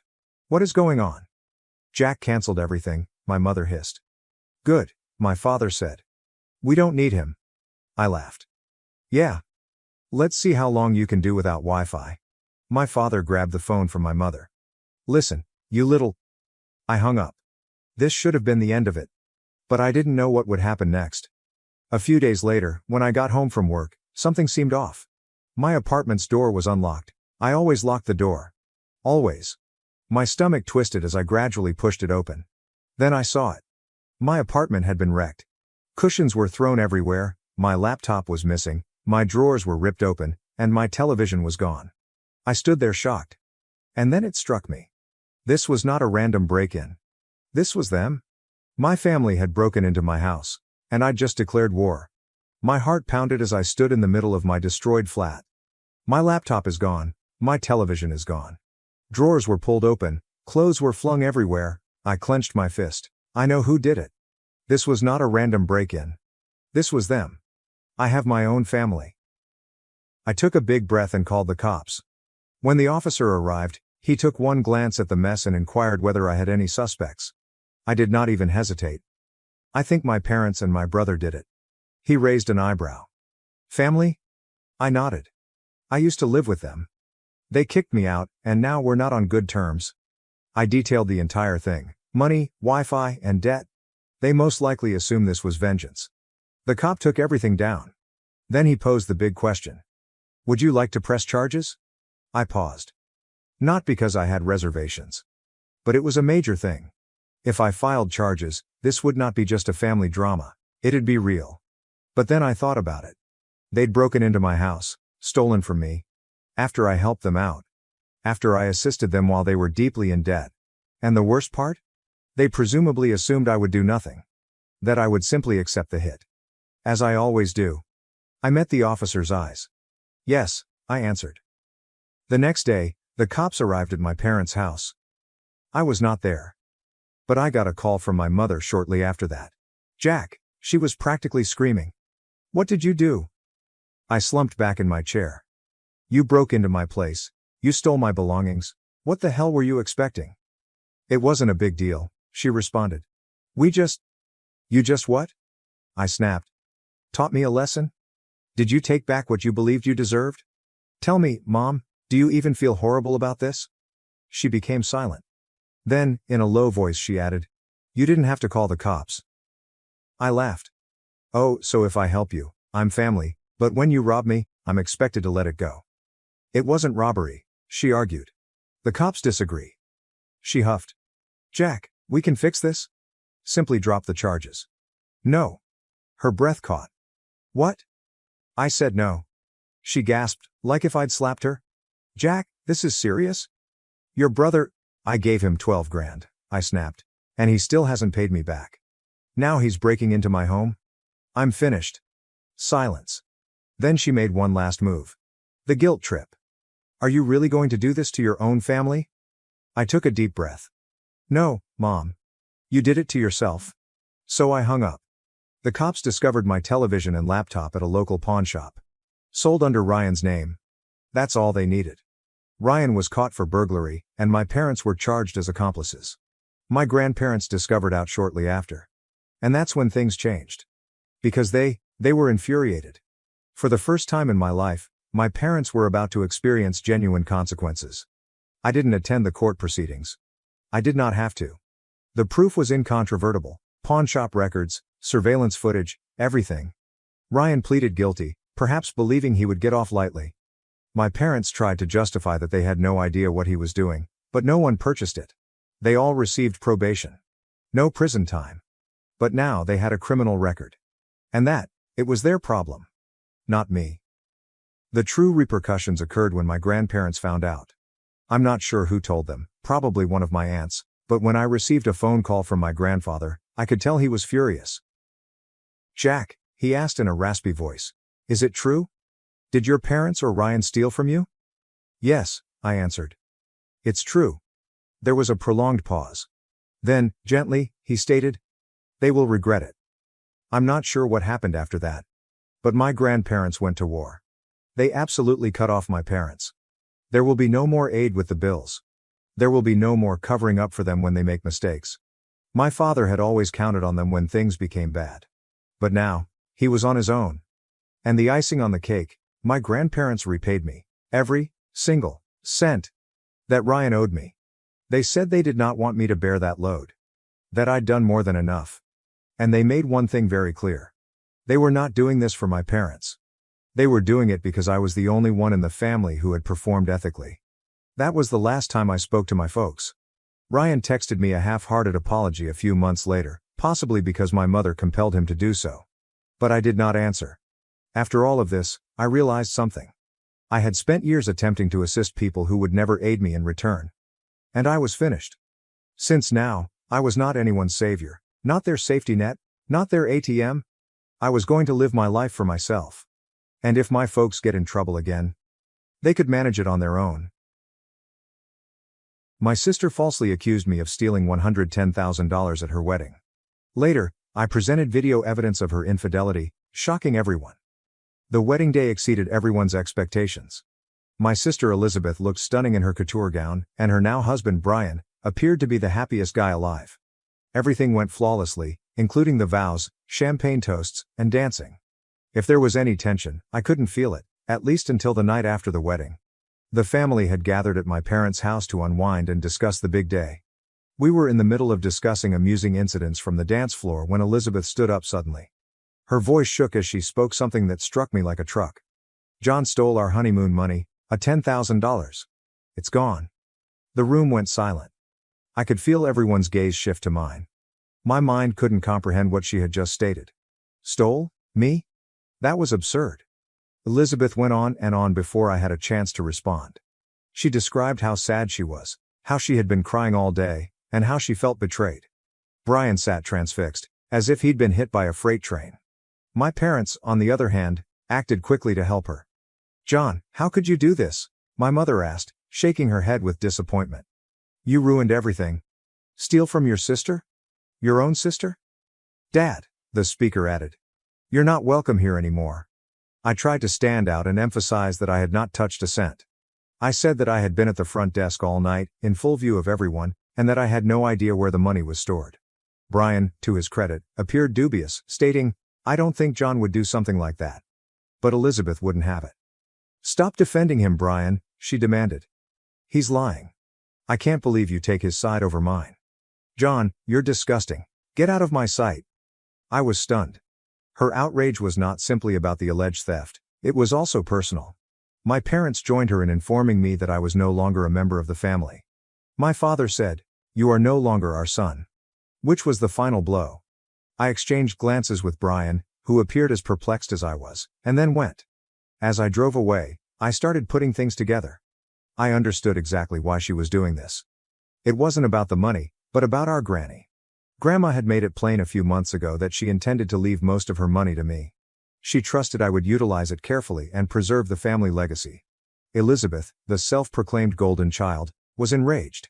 She had attempted to persuade Grandma that she deserved the money instead, but it had not worked. Elizabeth was determined to make me look like a bad person as Grandma's health deteriorated. It was her method of sabotaging me. I was angry, but I knew it wasn't over. If she was going to play dirty, I could play even dirtier. I had a secret of my own, one I'd guarded to protect Brian. Elizabeth had been cheating on him for several months. I hadn't intended to expose her, but after what she had done, all bets were off. I began to plot my retribution. Following that night, I couldn't quit thinking about what Elizabeth had done. The treachery hurt, but what hurt even more was that my parents trusted her without question. I couldn't look at my phone since the family group chat was filled with messages about how I had let everyone down and how humiliated they were of me. It was as if Elizabeth turned a switch, and I became the family evil. But I wasn't about to let her win. Elizabeth believed she could destroy me and walk away untouched. What she didn't realize was that I had been hiding a bombshell for months. Back in August, I unexpectedly caught her with someone other than Brian. I had gone to a coffee shop in the next town to see a friend, and there she was, sitting at a corner table, holding hands with someone I didn't know. They weren't very subtle, kissing, laughing, and acting like a real couple. I didn't say anything at the time since, frankly, it was none of my business. I expected it to come back and bite her eventually. I just never anticipated to be the one who had to bite back. Now I wanted proof. Something substantial, something undeniable. I knew her routine well enough.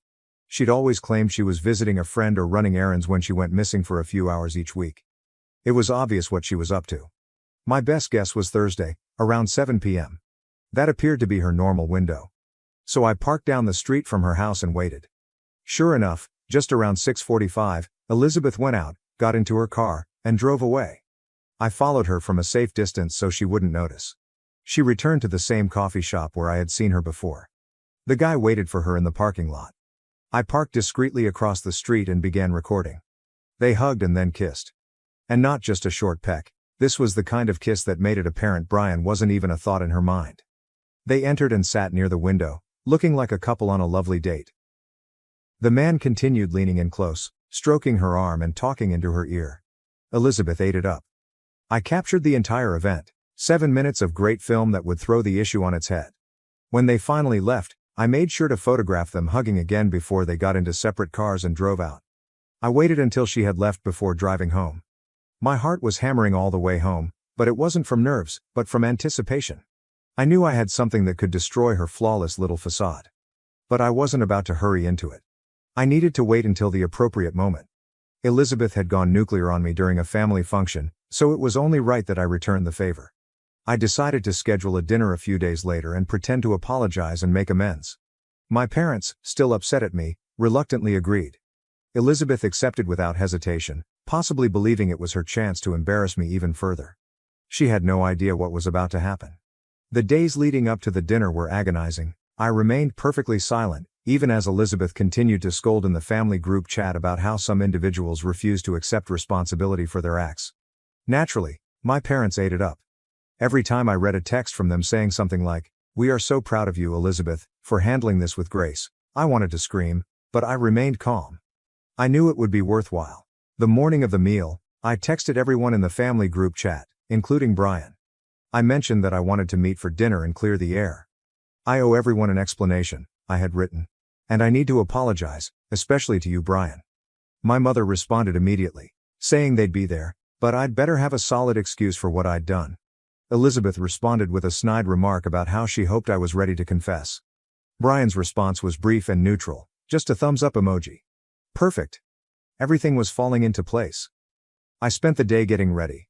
I loaded the video onto my laptop and checked the quality to ensure it was satisfactory. I also printed screenshots in case someone accused me of fabricating the video. When I arrived at my parents' place for supper, I felt as if I were entering a battle, and I was prepared to win. When I stepped in, the atmosphere was strained. My parents scarcely greeted me, and Elizabeth sat at the head of the table, smug as usual. Brian stood next to her, quiet and reserved, as he had done since the accusation. I wasn't sure if he felt I'd taken the money, but he was certainly keeping his thoughts to himself. We all sat down, and I started by taking a deep breath. First of all, I want to say that I'm sorry for how things turned out. I know you're all angry with me, and I understand why. But I've been thinking about everything that's happened, and I realize there's something I should have said sooner, something I've been holding back. Elizabeth moved forward slightly, her eyes full with expectation. She undoubtedly felt I was about to confess. My mother and father just looked, waiting. Brian appeared uncomfortable. I took out my laptop, placed it on the table, and opened the video file. "What you're about to see is not easy to watch," I told you. "But I think it's important for everyone here to know the truth." Elizabeth's arrogant face broke for the first time as I hit play. The room went hushed as the video began. It shows her walking up to the guy in the coffee shop parking lot, hugging and kissing him. The date in the coffee shop, the way they couldn't take their hands away from each other, and the final shot. Them hugging again in the parking lot before driving away. After the video concluded, there was silence for a few seconds. Then Brian said, "Who the hell is that?" he inquired, his tone harsh. Elizabeth's face reddened. She opened her mouth to speak, but no words emerged. "Answer him," I said. "You accused me of stealing, of tearing this family apart, when all along you were the one who was lying." This isn't your friend, is it? How long has this been going on? Elizabeth stammered, but Brian did not wait for her response. He pulled back his chair and stood up, his expression a mix of fury and disbelief. You've been cheating on me? He asked. The whole time I was working my ass off to give you the life you wanted, the house, the car, all of it, for this? My parents looked like they were hit by a vehicle. My mother looked at Elizabeth, her voice cracking. Elizabeth, is this true? Elizabeth finally got to speak. It's not what it looks like, she remarked, but no one believed her. This will be a lesson for you, Elizabeth, I remarked as I stood up. You started this war. All I did was finish it. Brian grabbed his keys and departed without saying anything more. My parents, still shocked, turned against me. How could you do this to her? My father asked. I responded. She accused me of stealing $10,000 to make me look bad, and I'm the bad guy for showing the truth? You should ask her how far she's willing to go to cover up her lies. I did not wait for a response. I grabbed my belongings and fled. I didn't want to hear any more excuses. They sought a villain, and they now have one.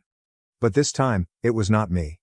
After dinner, I didn't hear from anyone in my family for many days. No texts, no phone calls, and no attempts to explain or apologize. It was radio silence. I assumed they were trying to clean up the mess Elizabeth had made. Brian was the first to contact out, and he was not even a family member. He contacted me 2 days after the dinner, and I was shocked that he wanted to talk. I assumed he was upset with me for unexpectedly catching him off guard, but he didn't seem angry. I just wanted to say thank you, he remarked. For being honest. I wish it hadn't come to this, but I'm glad I know. We talked for a bit, and he told me he had already begun making plans to move out of the house he shared with Elizabeth. He further stated that he had canceled their trip to the Maldives and stopped making payments on the car he had promised to purchase her. She can figure out her own life now, he joked. I asked him if Elizabeth had tried to contact him since dinner. She's been blowing up my phone, begging me to understand, he told me. But there's nothing to understand. She cheated. End of story. Hearing him say that gave me an odd feeling of closure. At least someone in this mess could see clearly. A few days later, my mother finally contacted me. She sent me a long guilty text message about how upset she was in me for ruining Elizabeth's relationship and how family should always be there for each other, no matter what. I stared at the message for a moment, trying to decide whether it was worth responding to. Finally, I sent a simple response. Family supports each other by telling the truth, not by covering up lies. Maybe you should think about that. That did not go over well. My father responded with a note telling me I was being immature and that Elizabeth was still their little girl, regardless of what she had done. That was ridiculous. They were willing to forgive her cheating and manipulative behavior because she was their favorite. Meanwhile, Elizabeth remained silent. No words from her. I wasn't sure if she was too embarrassed to talk or if she was plotting her next move, but I didn't care. She had lost her fiancé, her free trip to the Maldives, and probably the majority of the sympathy she had received from my parents. However, I couldn't ignore the notion that this wasn't over. Elizabeth was not the sort to accept defeat. If she was quiet, it was because she was planning. And I was not wrong. A week later, she moved. I awoke one morning to a flurry of texts from mutual friends and extended family. Elizabeth had apparently started spreading a new tale, claiming that I had set her up to ruin her wedding and harm her relationship. She said that I had been following her for weeks, hoping to catch her slipping, and that the film was a desperate attempt to retaliate against her for exposing the alleged crime. It was ludicrous, but the damage had been done. Some individuals bought her story, particularly those who did not know the full story. They began contacting me, calling me nasty and hateful. Others, thankfully, saw through her lies and informed me that they believed me. But I wasn't about to sit back and let them dominate the story. I had all of the proof, including the video, screenshots, and texts. If she wanted a public fight, I was prepared. But before I could make a move, something unexpected occurred. Brian stepped in. He sent a lengthy letter on social media, explaining everything: the adultery, the charges, the dinner, and even my role in revealing the truth. John didn't ruin our relationship, he wrote. Elizabeth did that all by herself. He just showed me what I needed to see. If anyone has a problem with him, take it up with me. The post went viral among our close friends and relatives. It shut down the majority of Elizabeth's supporters overnight. People started contacting me, apologizing for jumping to conclusions. Even my parents stayed silent for a while, perhaps understanding how horrible they looked for taking her side so easily. What about Elizabeth? She doubled down. Her next move would push things to an entirely new level. Elizabeth's next move was both bold and dumb. She attempted to sue me for slander. Yes, you read it correctly. She actually hired a lawyer and filed a lawsuit, alleging that I purposefully harmed her reputation and caused her severe distress. When I was handed the documents, I couldn't determine whether to laugh or be outraged. She wasn't just desperate, she was insane. I did not waste any time. I hired my own lawyer, showed them the video, the texts, and Brian's social media posts, and they assured me that I had nothing to worry about. This is a fear technique, they said to me. But if she wants to go to court, we'll go to court. So we did. The court date was approximately a month later. The majority of the family showed up, likely out of morbid curiosity. Brian was also there, sitting quietly in the back. Elizabeth appeared with her lawyer, all smug and cocky, as if she had already won. The judge was not impressed. Her lawyer claimed that I maliciously taped and circulated private footage of Elizabeth, causing her to lose her relationship and social position. But my lawyer instantly shut it down.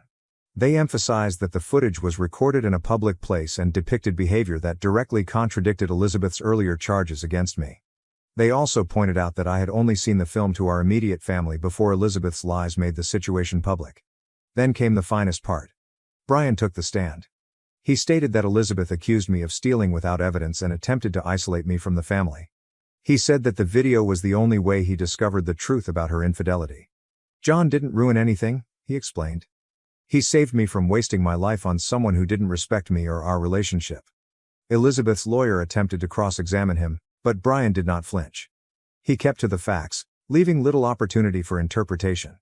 When it was Elizabeth's turn to testify, her story fell apart. She contradicted herself multiple times, claiming at one point that the man on the video was simply an acquaintance and at another that she and Brian were on a break at the time. The judge didn't buy any of it. By the end of the hearing, it was obvious where things were going. The judge dismissed the complaint, concluding that I had not defamed Elizabeth and that the facts I submitted was both true and important. But the real kicker was when the court chastised Elizabeth personally. "You have wasted this court's time with baseless accusations," she told the jury. "It is clear that this lawsuit was an attempt to deflect blame for your own actions. I urge you to reflect on the decisions that led you here today." Elizabeth exited the courtroom in tears. Following that, the tables were turned. My parents, our extended family, and even her closest friends would have nothing to do with her falsehoods. Brian ended all communication and finished the process of moving out. My parents, humiliated and ashamed, eventually recognized they had made a mistake by siding with her. When my father contacted me one night and said, "We made a mistake, I hope you can forgive us one day," it was a quiet admittance rather than a spectacular apology. I promised him I would think about it, and I meant it. After everything they had put me through, forgiveness was not going to come easily. Elizabeth has completely disappeared from the family scene. She relocated out of state a few weeks later, claiming she needed a new beginning. According to what I've heard, she struggled to keep friends and a job. Since then, her reputation has followed her, as it should. I'm not going to pretend that this entire affair hasn't left scars. Yes, it has. But, in the end, the truth won out, and I was finally free of the cloud Elizabeth had attempted to cast over me.